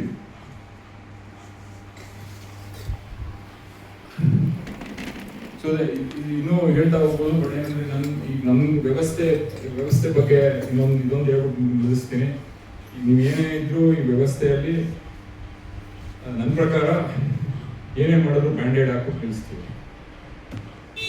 ಯಾವುದೇ ಸಮಸ್ಯೆಗೆ ಏನೋ ಒಂದು ಸ್ಕೀಮ್ ಇಂಟ್ರೊಡ್ಯೂಸ್ ಮಾಡ್ತೀವಿ, ಯಾರಾದರೂ ಬಂದು ಹೇಳ್ತಾರೆ ನಾವು ಅದಕ್ಕೆ ಒಂದು ಸ್ಕೀಮ್ ಇಂಟ್ರೊಡ್ಯೂಸ್ ಮಾಡ್ತೀವಿ, ಅದಕ್ಕೊಂದು ಬ್ಯಾಂಡೇಡ್ ಇರ್ತದೆ, ಅದು ಪರ್ಮನೆಂಟ್ ಸೊಲ್ಯೂಷನ್ ಅಲ್ಲ. ನಮ್ಮ ಅಪ್ರೋಚ್ ಇರಬೇಕಾಗಿರೋಂಥದ್ದು ಈ ಈರುಳ್ಳಿ ಸಿಪ್ಪೆಗಳು ತೆಗಿತಾ ಇರ್ತೀವಿ ನೋಡಿ, ಆ ಎಳೆಗಳನ್ನು ಬಿಡಿಸಿ ಕೊನೆಯಲ್ಲಿ ಏನೈತೆ ನಿಜವಾದ ಸಮಸ್ಯೆ ಏನೈತೆ ಅದನ್ನ ಸರಿಪಡಿಸೋ ನಿಟ್ಟಿನಲ್ಲಿ ನಾವು ಯೋಚನೆ ಮಾಡಬೇಕು. ಆ ಥರ ಕೆಲಸ ಮಾಡಿದ್ರೆ ಮಾತ್ರ. ಇಲ್ಲಾಂದ್ರೆ ನಾವು ಬೇರೆ ರಾಜಕೀಯ ಪಕ್ಷಗಳ ಥರ ನಾವು ಬ್ಯಾಂಡೆಡ್ ಪಕ್ಷ ಆಗಿದ್ದೀವಿ. ಸೊ ಅದೊಂದು ನನ್ನ ಯೋಚನೆ ಮಾಡಿ ನಾನು ನೋಡ್ರಿ ನನಗೆ ಅದೇ ಆಯ್ತಾ ಇರೋಂಥದ್ದು. ಏನೋ ಒಂದು ಹೇಳೋದು, ಅಲ್ಲಿ ಕಳಿಸ್ಬಿಡೋದು, ಅವ್ರ ಮೇಲೆ ಎತ್ತಾಕೋದು, ಅಥವಾ ಏನೋ ಒಂದು ಈಗ ನಾನು ಮಾಡಿದ್ದೀನಿ. ನಿಜವಾಗ್ಲೂ ಹೇಳ್ಬೇಕಂದ್ರೆ ನಾನು ಮಾಡಿದ್ದೀನಿ. ಬೆಳಿಗ್ಗೆ ಸುಮಾರು ಜನ 100-150 ಜನ ಬಂದ್ಬಿಟ್ರೆ ಮನೆಗೆ, ಅಪ್ಪ ಯಾರಿಗೆ ಏನು ಮಾಡಲಿ ಅನ್ನೋದು. ಯಾರೋ ಬರ್ತಾರೆ, ಅವ್ರು ನನ್ನ ತಲೆಯಲ್ಲಿ ಏನೋ ಇಮಿಡಿಯೇಟಾಗಿ ಮಾತಾಡಿಸ್ಬೇಕು, ಅವ್ರನ್ನ ಕಳಿಸ್ಬೇಕು ಅಂತ. ಅದೇ ಅವ್ರಿಗೆ ಸಮಸ್ಯೆ ಪರಿಹಾರ ಮಾಡೋಕ್ಕೆ ನನ್ನ ಕೈಲಿ ಆಯ್ತಾ ಇಲ್ಲ. ನಾನು ಹೇಳ್ತೀನಿ ಅವರ ನಾವು ಕೇಳ್ಬಿಡಿ ಸುಮ್ಮನೆ ಅಂತ ನಾನು ಗೊತ್ತಾಗ್ಬಿಡ್ತೀನಿ. ನನ್ನ ತಲೆಯಲ್ಲೂ ಅದೇ ಈಗ ಬಂದ್ಬಿಟ್ಟಿದೆ ನನಗೂ. ಸೊ ಇದನ್ನ ನಾವು ನಾನು ಮೊನ್ನೆ 3 ವರ್ಷ ಆಯ್ತು ಗೆದ್ದು. ಹೇಳ್ತೀನಿ 3 ವರ್ಷದಲ್ಲಿ ನಾನೇನಾದರೂ ನಿಜವಾಗ್ಲೂ ಕೆಲಸ ಮಾಡಿದ್ದೀನಿ ಅಂದರೆ ನನ್ನ ಮೇಲೆ ನಾನೇನಾದರೂ ನಾನೇ ಸೆಲ್ಫ್ ಅಂದ್ರೆ ಎವ್ಯಾಲ್ಯೂಯೇಟ್ ಮಾಡ್ಕೊಂಡ್ರೆ ಫೇಲ್ ಮಾರ್ಕ್ಸ್ ಕೊಡ್ತೀನಿ. ಆತ್ಮವಿಮರ್ಶೆ ಮಾಡ್ಕೊಂಡ್ರೆ ಫೇಲ್ ಅಂತ ನಾನು ಸರ್ಟಿಫೈ ಮಾಡಿದ್ದೀನಿ. ಯಾಕೆ ಅಂತ ಹೇಳಿದ್ರೆ ಇನ್ನೂ ನಮಗೆ ವ್ಯವಸ್ಥೆನ ಬದಲಾವಣೆ ಮಾಡಿ ಕೆಲಸ ಮಾಡಕ್ಕೆ ನಮಗೆ ಆಗಿಲ್ಲ. ರಸ್ತೆ ಮಾಡಿಸ್ತಾರೆ, ಮೋರಿ ಮಾಡಿಸ್ತಾರೆ, ಬಿಲ್ಡಿಂಗ್ ಕಟ್ಟಿಸ್ತಾರೆ, ಅದು ಸರ್ಕಾರದ ಅನುದಾನ ಬರ್ತದೆ, ಕಟ್ಟಿಸ್ತೀವಿ, ಮಾಡಿಸ್ತೀವಿ, ಅದೊಂದು ಕಡೆ. ಅದು ನಿಜವಾಗ್ಲೂ ಮಾಡಬೇಕಾಗಿರೋ ಕೆಲಸ ನಮ್ಮ ಏನು ಕಲಿಸಿರೋಂಥದ್ದು ಆ ಕೆಲಸ ಬಿಟ್ಟು ಎಲ್ಲ ಕೆಲಸ ಮಾಡ್ತಾ ಇದ್ದೀನಿ. ಸೊ ಅದು ಸಮಸ್ಯೆ ಇರುವಂಥದ್ದು. ಅದನ್ನ ವ್ಯವಸ್ಥೆಯನ್ನ ಬದಲಾವಣೆ ಮಾಡಿ ನಮ್ಗೇನು ಕೆಲಸ ಮಾಡಬೇಕು ಆ ಕೆಲಸ ಮಾಡೋಕ್ಕೆ ಅವಕಾಶವನ್ನು ಮಾಡಿಕೊಡ್ಬೇಕು. ಅದ್ರ ಜೊತೆಗೆ ವ್ಯವಸ್ಥೆಯನ್ನು ಬದಲಾವಣೆನ ಯಾವ ರೀತಿ ತರಬೇಕು ಅನ್ನೋದ್ರ ಬಗ್ಗೆ ಹಂತವಾಗಿ ನಾವು ಮಾಡಬೇಕಾಗಿದೆ. ಇದೊಂದು ಸುಮ್ಮನೆ ಒಂದು ಸಿಂಪಲ್ ಆಗಿ ಒಂದು ಅಪ್ಲಿಕೇಶನ್ ಅನ್ನು ಬಿಲ್ಡ್ ಮಾಡಿ ನಮ್ಮ ಎಲ್ಲ ಕಾರ್ಯಕರ್ತರಿಗೂ ಅವರ ಫೋನಲ್ಲಿ ಏನೇ ಸಮಸ್ಯೆಗಳಿದ್ರು ಅವ್ರಿಗೆ ತಲುಪಿಸ್ಬೇಕು. ಅವರೇ ಇದನ್ನೆಲ್ಲ ನೋಡಿಕೊಂಡು ಏನೇನು ಸಮಸ್ಯೆಗಳಿದೆ, ಬೇರೆ ಕಡೆ ಯಾವ ಥರ ಈ ಸಮಸ್ಯೆ ಬಂದಾಗ ಯಾವ ಥರ ಪರಿಹಾರ ಮಾಡಿದ್ದಾರೆ, ಅವ್ರು ಯಾರಾದ್ರೂ ಈಗ ಬೆಳಗಾವಿಯಲ್ಲಿ ಯಾವ್ದಾದ್ರು ಒಂದು ಸಮಸ್ಯೆ ಬಂದರೆ ಬೆಂಗಳೂರಲ್ಲಿ ಇದೇ ಥರ ಸಮಸ್ಯೆ ಇದೆ ಅಂತ ಅವ್ರು ಕಂಡು ಹಿಡಿದಾಗ ಅವ್ರಿಗೆ ಫೋನ್ ಮಾಡ್ಕೊಂಡು ಈ ಥರ ಯಾವ ಸಮಸ್ಯೆನ ಈ ಸಮಸ್ಯೆನ ಯಾವ ಥರ ಪರಿಹಾರ ಕಂಡು ಹಿಡ್ಕೊಂಡ್ರಿ ಸರ್, ಇದೇ ಥರ ನಾವು ಇದೇನಕ್ಕೆ ಯೂಸ್ ಆಯ್ತು ಅಂತ ಹೇಳಿದ್ರೆ, ಈಗ ನಾವು ಹಿಂಗೆ ವಂಶವೃಕ್ಷದ ಬಗ್ಗೆ ಹೇಳಿದ್ನಲ್ಲ, ಇದು ನಮ್ಗೆ ಗೊತ್ತಾಯ್ತದೆ. ತಿಂಗಳಿಗೆ ವಂಶವೃಕ್ಷ ಬಗ್ಗೆನೇ 1,000 ಕೇಸ್ ಬಂದೈತಾ, ಒಂದು 10,000 ಕೇಸ್ ಬಂದೈತೆ ಅಂದರೆ 10,000 ಕೇಸ್ ಬಂದೈತೆ ಅಂದರೆ ಅದು ಇಡೀ ರಾಜ್ಯದ ಸಮಸ್ಯೆ ಇದೆ. ಅದನ್ನ ತಗೊಂಡು ಅದಕ್ಕೆ ಪಾಲಿಸಿ ಬದಲಾವಣೆ ಮಾಡಬೇಕಾ ಅಥವಾ ಸಿಸ್ಟಮ್ನಲ್ಲಿ ಏನು ಬದಲಾವಣೆ ಮಾಡಬೇಕು ಅನ್ನೋದ್ರ ಬಗ್ಗೆ ನಾವು ದಾಖಲಾತಿ ಮೂಲಕ ನಾವು ಮಾಡಬೇಕು ಅಂತ. ಸುಮ್ಮನೆ ಅವನಿಗನ್ನಿಸ್ತು, ನನಗನ್ನಿಸ್ತು, ಇವ್ರಿಗನ್ನಿಸ್ತು ಅದಕ್ಕೋಸ್ಕರ ಮಾಡಬೇಕು ಅಂತಲ್ಲ. ನಿಜವಾಗಿ ಸಮಸ್ಯೆ ಇದೆ. ನಮ್ಮ ರಾಜ್ಯ ಎಲ್ಲ 2% ಜನಕ್ಕೆ, 10% ಜನಕ್ಕೆ, 30% ಜನಕ್ಕೆ ಸಮಸ್ಯೆ ಇದೆ. ಇದು ಬದಲಾವಣೆ ಮಾಡಿದ್ರೆ 30% ಜನರಿಗೆ ಆ ಸಮಸ್ಯೆ ಪರಿಹಾರ ಮಾಡಬಹುದು ಅನ್ನೋದಕ್ಕೋಸ್ಕರ ಇದನ್ನ ಟ್ರ್ಯಾಕ್ ಮಾಡೋದಕ್ಕೆ ಸಾಧ್ಯ ಅಂತ. ಸೊ ಇದು ಇಷ್ಟೇ. ಇನ್ನೂ ಇದೆ, ಆದರೆ ಇಷ್ಟಕ್ಕೆ ನಿಲ್ಲಿಸ್ತೀನಿ. ಇನ್ನೇನಾದರೂ ಪ್ರಶ್ನೆಗಳಿದ್ರೆ ದಯವಿಟ್ಟು ಕೇಳಿ, ಹೇಳ್ತೀನಿ.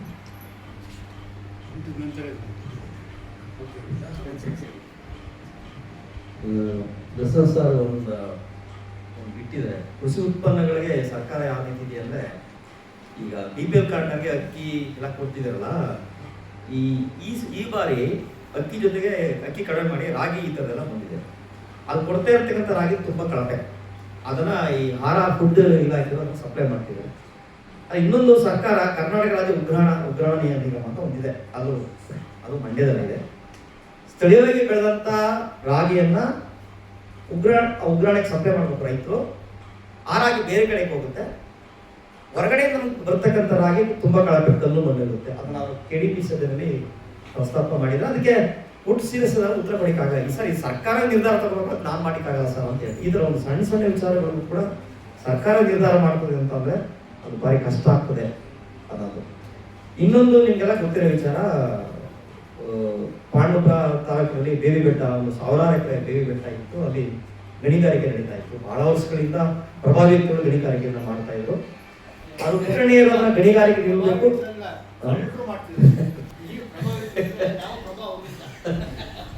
ಅದು ಪುಟಣಿಯರು ಹೋರಾಟ ಪ್ರಾರಂಭಿಸಿದ್ರು. ಆಮೇಲೆ ರೈತ ಸಂಘ ಸಮಿತಿ ಎಲ್ಲ ಕೂಡ ಹೋರಾಟ ಮಾಡಿದೆ.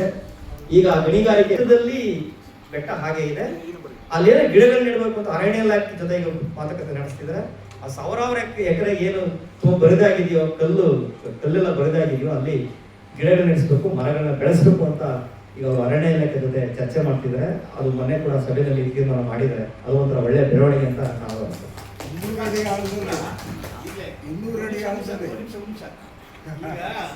ರೈತ ಸಂಘ ಮೊದಲು ಚರ್ಚೆ ಮಾಡಿದೆ. ಈಗ ಬೆಳಗಾಂ ಸಕ್ಕರೆ ಪಾಂಡುಪುರಕ್ಕೆ ಬರಬೇಡ, ಪಾಂಡುಪುರ ಸಕ್ಕರೆ ಬೆಳಗಾವಿಗೆ ಹೋಗ್ಬೇಡ ಅಂತ. ಲೋಕಲ್ ಪ್ರೊಕ್ಯೂರ್ಮೆಂಟು, ಲೋಕಲ್ ಡಿಸ್ಟ್ರಿಬ್ಯೂಷನ್ ಅಂತ ಅಲ್ವಾಗ ಅರ್ಥ ಆಯ್ತಲ್ಲ. ಅದು ಮೊದಲಿಂದ ನಮ್ಮದು ಡಿಮಾಂಡ್ ಇದೆ. ಎರಡನೇದು ವಾಸು, ಕವಿತಾ ಗುರುಗಂಟೆ, ನಾನು ಇದರಲ್ಲಿ ಚಾಮರ ಮಾಲಿ ಪಾಟೀಲು ಒಂದು ಎಕ್ಸ್ಪರ್ಟು ಇದು ಮಾಡಿದ್ವಿ. ಅಂದರೆ PDS ಸಿಸ್ಟಮ್ಗೆ ಹೆಂಗೆ ಹೋಗ್ಬೇಕು. ಈಗ ನಾವು MSP ಬೇಕು ಅಂತೀವಿ. MSP ಬೇಕಾದ್ರೆ 40 ಕ್ವಿಂಟಲ್ ರಿಸ್ಟ್ರಿಕ್ಷನು, 10 ಕ್ವಿಂಟಲ್ ರಿಸ್ಟ್ರಿಕ್ಷನು, 20 ಕ್ವಿಂಟಲ್ ರಿಸ್ಟ್ರಿಕ್ಷನು. ನಾವು ಬರೀ ಕ್ಯೂ ನಿಂತ್ಕೋಬೇಕು. ಅದ್ರ ಕ್ವಾಲಿಟಿ ನಂತ ರಿಜೆಕ್ಟ್ ಆಯ್ತು. ಅದು ಬರೀ ಕರಪ್ಷನ್ ಮತ್ತು ಪ್ರೋಸೆಸ್ ಕರಪ್ಷನ್. ಡೈರೆಕ್ಟ್ ಪರ್ಚೇಸ್ ಮಾಡಬೇಕು ಸರ್ಕಾರ. ತಂದೆ ಆದಂಥ ಮೆಕ್ಯಾನಿಸಮ್ ಮುಖಾಂತರ ರಾಗಿ ಜೋಳ ಎಣ್ಣೆ ಕಾಳುಗಳನ್ನ ಡೈರೆಕ್ಟ್ ಮಾಡ್ಕೋಬೇಕು. ಅದನ್ನು MSPನ ಫಿಕ್ಸ್ ಆಗಿದೆ, MSP ತರಬೇಕು. ಆಮೇಲೆ ಅದೇ ಈ PDS ಮುಖಾಂತರ ಡಿಸ್ಟ್ರಿಬ್ಯೂಟ್ ಆಗುತ್ತೆ. ಇದು ಯಾಕೆ ಮಾಡೋದು ಭಾಳ ಸಿಂಪಲ್. ಅದು ಕರಪ್ಷನ್ ಇದೆ ಅಲ್ಲಿ. ಬೇರೆ ರಾಜ್ಯದ ಅಕ್ಕಿ ನಮ್ಮ ತೆಲಂಗಾಣದ ಅಕ್ಕಿ ಆಂಧ್ರ ಅಕ್ಕಿ ಬರ್ತದೆ. ರಕ್ತ ಪ್ರಾಬ್ಲಮ್ ಆಗಿದೆ, ನಾವು ಭತ್ತಕ್ಕೆ ರೇಟ್ ಅಂತ ಹೊಡ್ತಿದ್ದೀವಿ. ಅದಕ್ಕೊಂದು ಸರ್ವೇನೂ ಮಾಡಿ ಕನ್ಸಂಪ್ಷನ್ ಅಲ್ಲ ಈ ಇದ್ದಾಗ ಹೇಳ್ಬಿಡಿ ಅಂತ ಮತ್ತೆ ಚರ್ಚೆ ಮಾಡೋಕ್ಕಾಗಲ್ಲ. ಈಗ ರಾಗಿ ಸಿಗಲ್ಲ ಅಂತ ಹೇಳ್ತಾರೆ. ನಾವು ಕೇಳಿದಾಗ ನಾವು ಸರ್ವೆ ಮಾಡಿದೆವು, ರಾಗಿ ಸಿಗುತ್ತೆ. ಕನ್ಸಂಪ್ಷನ್ ಮಾಡಿ 70% ರಾಗಿ ನಮ್ಮದೇ ಇದೆ. ನಾವು ಕನ್ಸಂಪ್ಷನ್ ಮಾಡಿ ಹೇಳ್ತಿರೋದು. ನಾನು ರಾಗಿ ಬೆಳೆಯೋದು ನನ್ನ ಮನೆಗೆ ಎಷ್ಟು ಬೇಕು ಇಟ್ಕೊಂಡು ಮಾಡೋದು. ತಗೊಂಡ್ರೆ ರಾಗಿ ಸಪ್ಲೈ ಮಾಡುವಂಥ ಅವಕಾಶಗಳಿದೆ. ಅವಾಗ ಏನಾಗುತ್ತೆ, ಫ್ಲಡ್ ಏರಿಯಾದಲ್ಲಿ ನಾವು ಬೆಳೆಯೋದು ಬರೀ ಫ್ಲಡ್ ನಮಗೆ ರೈನ್ ಫ್ಲಡ್ ಏರಿಯಾದಲ್ಲಿ ಬರೆಯೋದೆಲ್ಲ ರಾಗಿ ಜೋಳ ಇರ್ತದೆ. ಸಣ್ಣ ನೋಡಿ ರೈತರೇ ಇರುವಂಥದ್ದು 3 ತಿಂಗಳು 4 ತಿಂಗಳು ಕ್ರಾಪು. ಅದೊಂದು ಸೆಕ್ಯೂರ್ಡ್, ಅವರಲ್ಲಿ ಒಂದು ಭದ್ರತೆ ಇರುವಂಥದ್ದು ಮತ್ತು ಎಕ್ಸ್ಪೆಕ್ಟ್ ಮಾಡುವಂಥ ಇನ್ಕಮ್ ಇರುತ್ತೆ. ಯಾಕೆ ಆಗಲ್ಲ ಇದು ಅಂತಂದರೆ, ಯಾವುದೇ ಸಿವಿಲ್ ಅಂಡ್ ಫುಡ್ ಸಪ್ಲೈ ಇಲಾಖೆಗಳು ಒಂದು ಟೆಂಡರ್ ಇಟ್ಕೊಂಡಿದ್ದಾರೆ ಪ್ರೈವೇಟ್ ಅವರಿಂದ. ನಮಗೂ ಕೂಡ PDSಗೆ ಆಟಗಳು, ಜೈಗಳು, ಮಧ್ಯಾಹ್ನ ಬಿಸಿ ಊಟ ಕೆಲಸವೇ ಟೆಂಡರ್ ಮುಖಾಂತರ ಹೋಗ್ತಾರೆ, ಖಾತೆ ಮುಖಾಂತರ ಹೋಗ್ತಾರೆ. ಒಂದು ಸರ್ಕಾರ ಮನಸ್ಸು ಮಾಡಿದ್ರೆ ಡೈರೆಕ್ಟ್ PDS ಸಿಸ್ಟಮು, ಜೈಲು, ಹಾಸ್ಟೆಲು, ಬದುಕಾಲ ಏನಾಯ್ತಲ್ಲ, ಮಧ್ಯಾಹ್ನ ಬಿಸಿ ಊಟಕ್ಕೆ ಎಲ್ಲವೂ ಕೂಡ ನಮ್ಮಲ್ಲಿರೋ ಉತ್ಪಾದನೆ ನಾವು ಕೊಡ್ಬೋದು. ಅವಾಗ ರೈತರು ನಾವು ಹೊಸ ಬೀದಿ ಗಿಡಬೇಕಂತ ಅವಶ್ಯಕತೆ ಇರೋದಿಲ್ಲ. ಈಗ ಸಕ್ಕರೆ ಪಾಲಿಸಿ ಬಗ್ಗೆ ನಾವು ಹೇಳಿದ್ವಿ, ರೇಟ್ ಬೇಕು ಅಂತೀವಿ. ಸರ್ಕಾರ ಮತ್ತೆ ಕರೀತದೆ, ಗ್ವಾಗರ್ ಇರ್ತದೆ. ಗ್ವಾಗರ್ ಕೊಟ್ಟ ಮೇಲೆ ಅವರು ಕೋರ್ಟ್ ಸ್ಟೇಗೆ ಹೋಗ್ತಾರೆ. ಅದಕ್ಕೆ ಏನು ಮಾಡಬೇಕು ಅಂತ ಸೆಂಟ್ರಲ್ ಗೌರ್ಮೆಂಟ್ ಪಾಲಿಸಿ ಮಾಡಬೇಕು ಅಂದಾಗ ನಾವೇ ಸಲಹೆ ಕೊಟ್ಟಿದ್ದೀವಿ. ಹಿಂಗೆ ಅಂದರೆ, ಈಗ ನಮ್ಮ ಕಾನ್ಸ್ಟಿಟ್ಯೂಷನ್ಲಿ ಕನ್ಸ್ಯೂಮರ್ ಗೆಜೆಟರಿ ಅಂತಿದೆ. ಕನ್ಸ್ಯೂಮರ್ಗೆ ನಾವು ರಿಯಾಯಿತಿ ದರದಲ್ಲಿ ಸಪ್ಲೈ ಮಾಡಬೇಕು ಯಾವುದೇ ಅಗತ್ಯ ವಸ್ತುಗಳು, ಎಸೆನ್ಷಿಯಲ್ ಕಮ್ಯುನಿಟಿ ಆಕ್ಟ್ ಇದೆ. ಮತ್ತು ಇದೇ ಇದು ಕಮರ್ಷಿಯಲ್ಗೆ ಹೋಗುತ್ತೆ. ಈಗ ಮಿಠಾಯಿ, ಕೊಕೋ ಕೋಲಾ ಅವು ಒಂದೇ ರೇಟು. ನಾವು ಇಲ್ಲಿ ನಾನು ಸಕ್ಕರೆ ತಗೋಬೇಕು ಒಂದೇ ರೇಟ್ ಇರ್ತದೆ. ಅದಕ್ಕೆ ಗ್ರಾಹಕರಿಗೆ ಕನ್ಸಂಪ್ಷನ್ ಇದೆಯಲ್ಲ, ನಿಜವಾಗ ಎಸೆನ್ಷಿಯಲ್ ಕಮ್ಯುನಿಟಿ ಕೊಡಬೇಕು. ಇನ್ನು 67% ಕಮರ್ಷಿಯಲ್ಗೆ ಹೋಗುತ್ತೆ. ಅದಕ್ಕೆ ಬೇರೆ ರೇಟ್ ಫಿಕ್ಸ್ ಮಾಡಿ. ಅವಾಗ ರೇಟ್ ಜಾಸ್ತಿ ಆಗುತ್ತೆ. ಯಾಕೋ ಕಮರ್ಷಿಯಲ್ ಹೋಗೋರಿಗೆ ರೈತರಿಗೆ ಬೆಲೆ ಕೊಡೋಕೆ ಅನುಕೂಲ ಆಗುತ್ತೆ. ಇವೆಲ್ಲವೂ ಕೂಡ ಆಲೋಚನೆ ಮಾಡೋಕ್ಕೆ ಸರ್ಕಾರ ಗೊತ್ತಿಲ್ಲ ತಿಳ್ಕೊಂಡು. ನಮ್ಮೆಲ್ಲರಿಗಿಂತ ಬುದ್ಧಿವಂತರು ಆಡಳಿತ ಮಾಡಿ ಗೊತ್ತಿರುತ್ತೆ. ಅವ್ರು ಆಡಳಿತ ಮಾಡಕ್ಕೆ ಹೋದ್ರೆ ಅವ್ರು ಜೀವ ತಿನ್ಬರುತ್ತೆ ಅಲ್ವಾ. ಅವ್ರ ವ್ಯವಸ್ಥೆ ನಡೆಯೋದು ಈ ಕಾಲದಲ್ಲಿ. ಈ ಥರದ ಸರ್ವೈವ ನಾವು ಕಟ್ತೀವರ ಮುಂದೆ ಅದರಲ್ಲಿ ಗ್ರಾಹಕರ ರೈಟು, ಉತ್ಪಾದಕರ ರೈಟು ಅಲ್ವಾ, ನಾವು ಸೋಷಿಯಲ್ ವೆಲ್ಫೇರ್ ಏನೇನು ಮಾಡಬೇಕು ಎಲ್ಲರಿಗೂ ಕೂಡ ಮಾನದಂಡಗಳಿವೆ. ಇನ್ನೂ ಅಡ್ಮಿನಿಸ್ಟ್ರೇಟಿವ್ ಸಿಸ್ಟಮ್ ಅಲ್ವಾ, ಮುಂದೆ ಚರ್ಚೆ ಮಾಡೋದು. ಒಂದು ರೀತಿ ಕಂದಾಯ ಇಲಾಖೆ ಮಾಫಿ ಇರ್ತದೆ, ಅದನ್ನು ಬಿಡಿ ಬಿಡಿಯಾಗಿ ಹೇಳಿದರೆ ಗ್ರಾಮ ಮಟ್ಟದಲ್ಲಿ ಯಾವ ರೀತಿ ಕೆಲಸ. ಬಟ್ ಈಗ ಸಮಯ ಇಲ್ಲ. ಅದ್ರ ಬಗ್ಗೆ ನಮ್ಮ ಅಧ್ಯಕ್ಷರಿಗೂ ತುಂಬಾ ಯೋಚಿಸಿದ್ರೆ ಅದೇ ರೀತಿ ಎಲ್ಲರಿಗೂ ಇರ್ತವೆ. ಊಟದ ನಂತರ ನೀವು ಅದರ ಬಗ್ಗೆ ಮಾಡಿರೋದ್ರ ಬಗ್ಗೆ ನಿಮಗೆ ಕ್ಲಾರಿಫಿಕೇಶನ್ ಬೇಕಾದ್ರೆ ಕೇಳಬೇಕು. ನೆಕ್ಸ್ಟ್ ಆ ಸೊಸೈಟಿ ದೊಡ್ಡ ಅದ್ಭುತ ಸಾಧನೆ ಮಾಡಿರೋದು ಹೇಳಿಲ್ಲ ಅವರು. ಅಲ್ಲೇ ಭತ್ತ ಬೆಳೆದನ್ನು ತಗೊಂಡು 1200 ರೂಪಾಯಿ ಒಂದು ಕ್ವಿಂಟಲ್ಗೆ ಹೆಚ್ಚು ಹಣವನ್ನು ಕೊಡೋದ್ರ ಮೂಲಕ ಅತ್ಯಂತ ಕರ್ನಾಟಕ ರಾಜ್ಯದಲ್ಲಿ ಯಾವುದೇ ಕೇಂದ್ರ ರಾಜ್ಯ ಸರ್ಕಾರ ಮಾಡಾದಂಥ ದೊಡ್ಡ ಪವಾಡವನ್ನು ದರ್ಶಿಸುತ್ತದೆ. ಅದು ನೋಟ್ ಆಗುತ್ತೆ. ಅವ್ರು ಹೇಳ್ಕೇಳಿದ್ರು ಯಾವ ವಿಷಯಗಳು, ಬರೀ ಅವ್ರ ಸಿಸ್ಟಮ್ ಬಗ್ಗೆ ಹೇಳ್ತಾ ಬಂದರು. ಬಹಳ ಅದ್ಭುತವಾದ ಸಂಶೋಧನೆ ಇದು, ಸಾಮಾನ್ಯ ಅಲ್ಲ. ಮತ್ತೆ ಅದು ಒಂದು. ಎರಡನೇ ವಿಷಯ SKP ಸರ್ವೋದಯ ಕರ್ನಾಟಕ ಕಟ್ಟುವ ಕಾನ್ಸೆಪ್ಟ್ ಅನ್ನ ಅವರು ಮುಂದಿಟ್ಟಿದ್ದಾರೆ. ಅವೆಲ್ಲ ನಮ್ಮಲ್ಲಿದ್ದು ಕೆಲಸ ಬಿಟ್ಟು, ಆದರೆ ಈಗ ಬದಲಾದ ಪರಿಸ್ಥಿತಿಗೆ ಬದಲಾದ ಸ್ಥಿತಿಯಲ್ಲಿ ಅದ್ರ ಬಗ್ಗೆ ಕೂಡ ಕೆಲವು ಸಲಹೆಗಳನ್ನು ಕೊಡ್ತಕ್ಕಂಥ ಅಗತ್ಯ ಇತ್ತು. ಇನ್ನು ಮೂರನೇ ವಿಷಯ, ಬಹಳ KS ಪುಟ್ಟಣ್ಣಯ್ಯನವರ ಅವರ ಅದ್ಭುತ ಭಾಷಣಕಾರರು ಈ ಕರ್ನಾಟಕದ ತಪ್ಪಿದ್ರು. ಅವರ ಮಗನಾಗಿರ್ತಕ್ಕಂಥ ದರ್ಶನ್ ಅವರು ಇಡೀ ಈ ವ್ಯವಸ್ಥೆಗೆ ಹೊಸ ರೂಪ ಕೊಡುವ, ಹೊಸ ಆಲೋಚನೆ ಮಾಡುವ ಕ್ರಿಯೆಯನ್ನು ಮಾಡಿದ್ದಾರೆ. ಅದನ್ನು ಈ ಸಭೆ ಅತ್ಯಂತ ಗೌರವಪೂರ್ವಕವಾಗಿ ಅವರಿಗೆ ಇವತ್ತು ಈ ಮೆಚ್ಚುಗೆಯನ್ನು ಕೊಡ್ತಕ್ಕಂಥದ್ದು, ಚಪ್ಪಾಳೆ ತಟ್ಟನ್ನು ಊಟ ಮಾಡೋಣ, ನಂತರ ಎಲ್ಲ ವಿಚಾರಕ್ಕೂ ಚರ್ಚೆ ಮಾಡೋಣ. ಊಟದ ನಂತರ ಸರ್ವೋದಯದ್ದು ಕರ್ನಾಟಕ ಸರ್ವೋದಯ ಇದೆಯಾ? ಹೌದು. ಅದಾದ್ಮೇಲೆ ರೈಸಿಂಗ್ ಸಂಜೆ 4 ಗಂಟೆ ಹೋಗ್ತೀವಿ.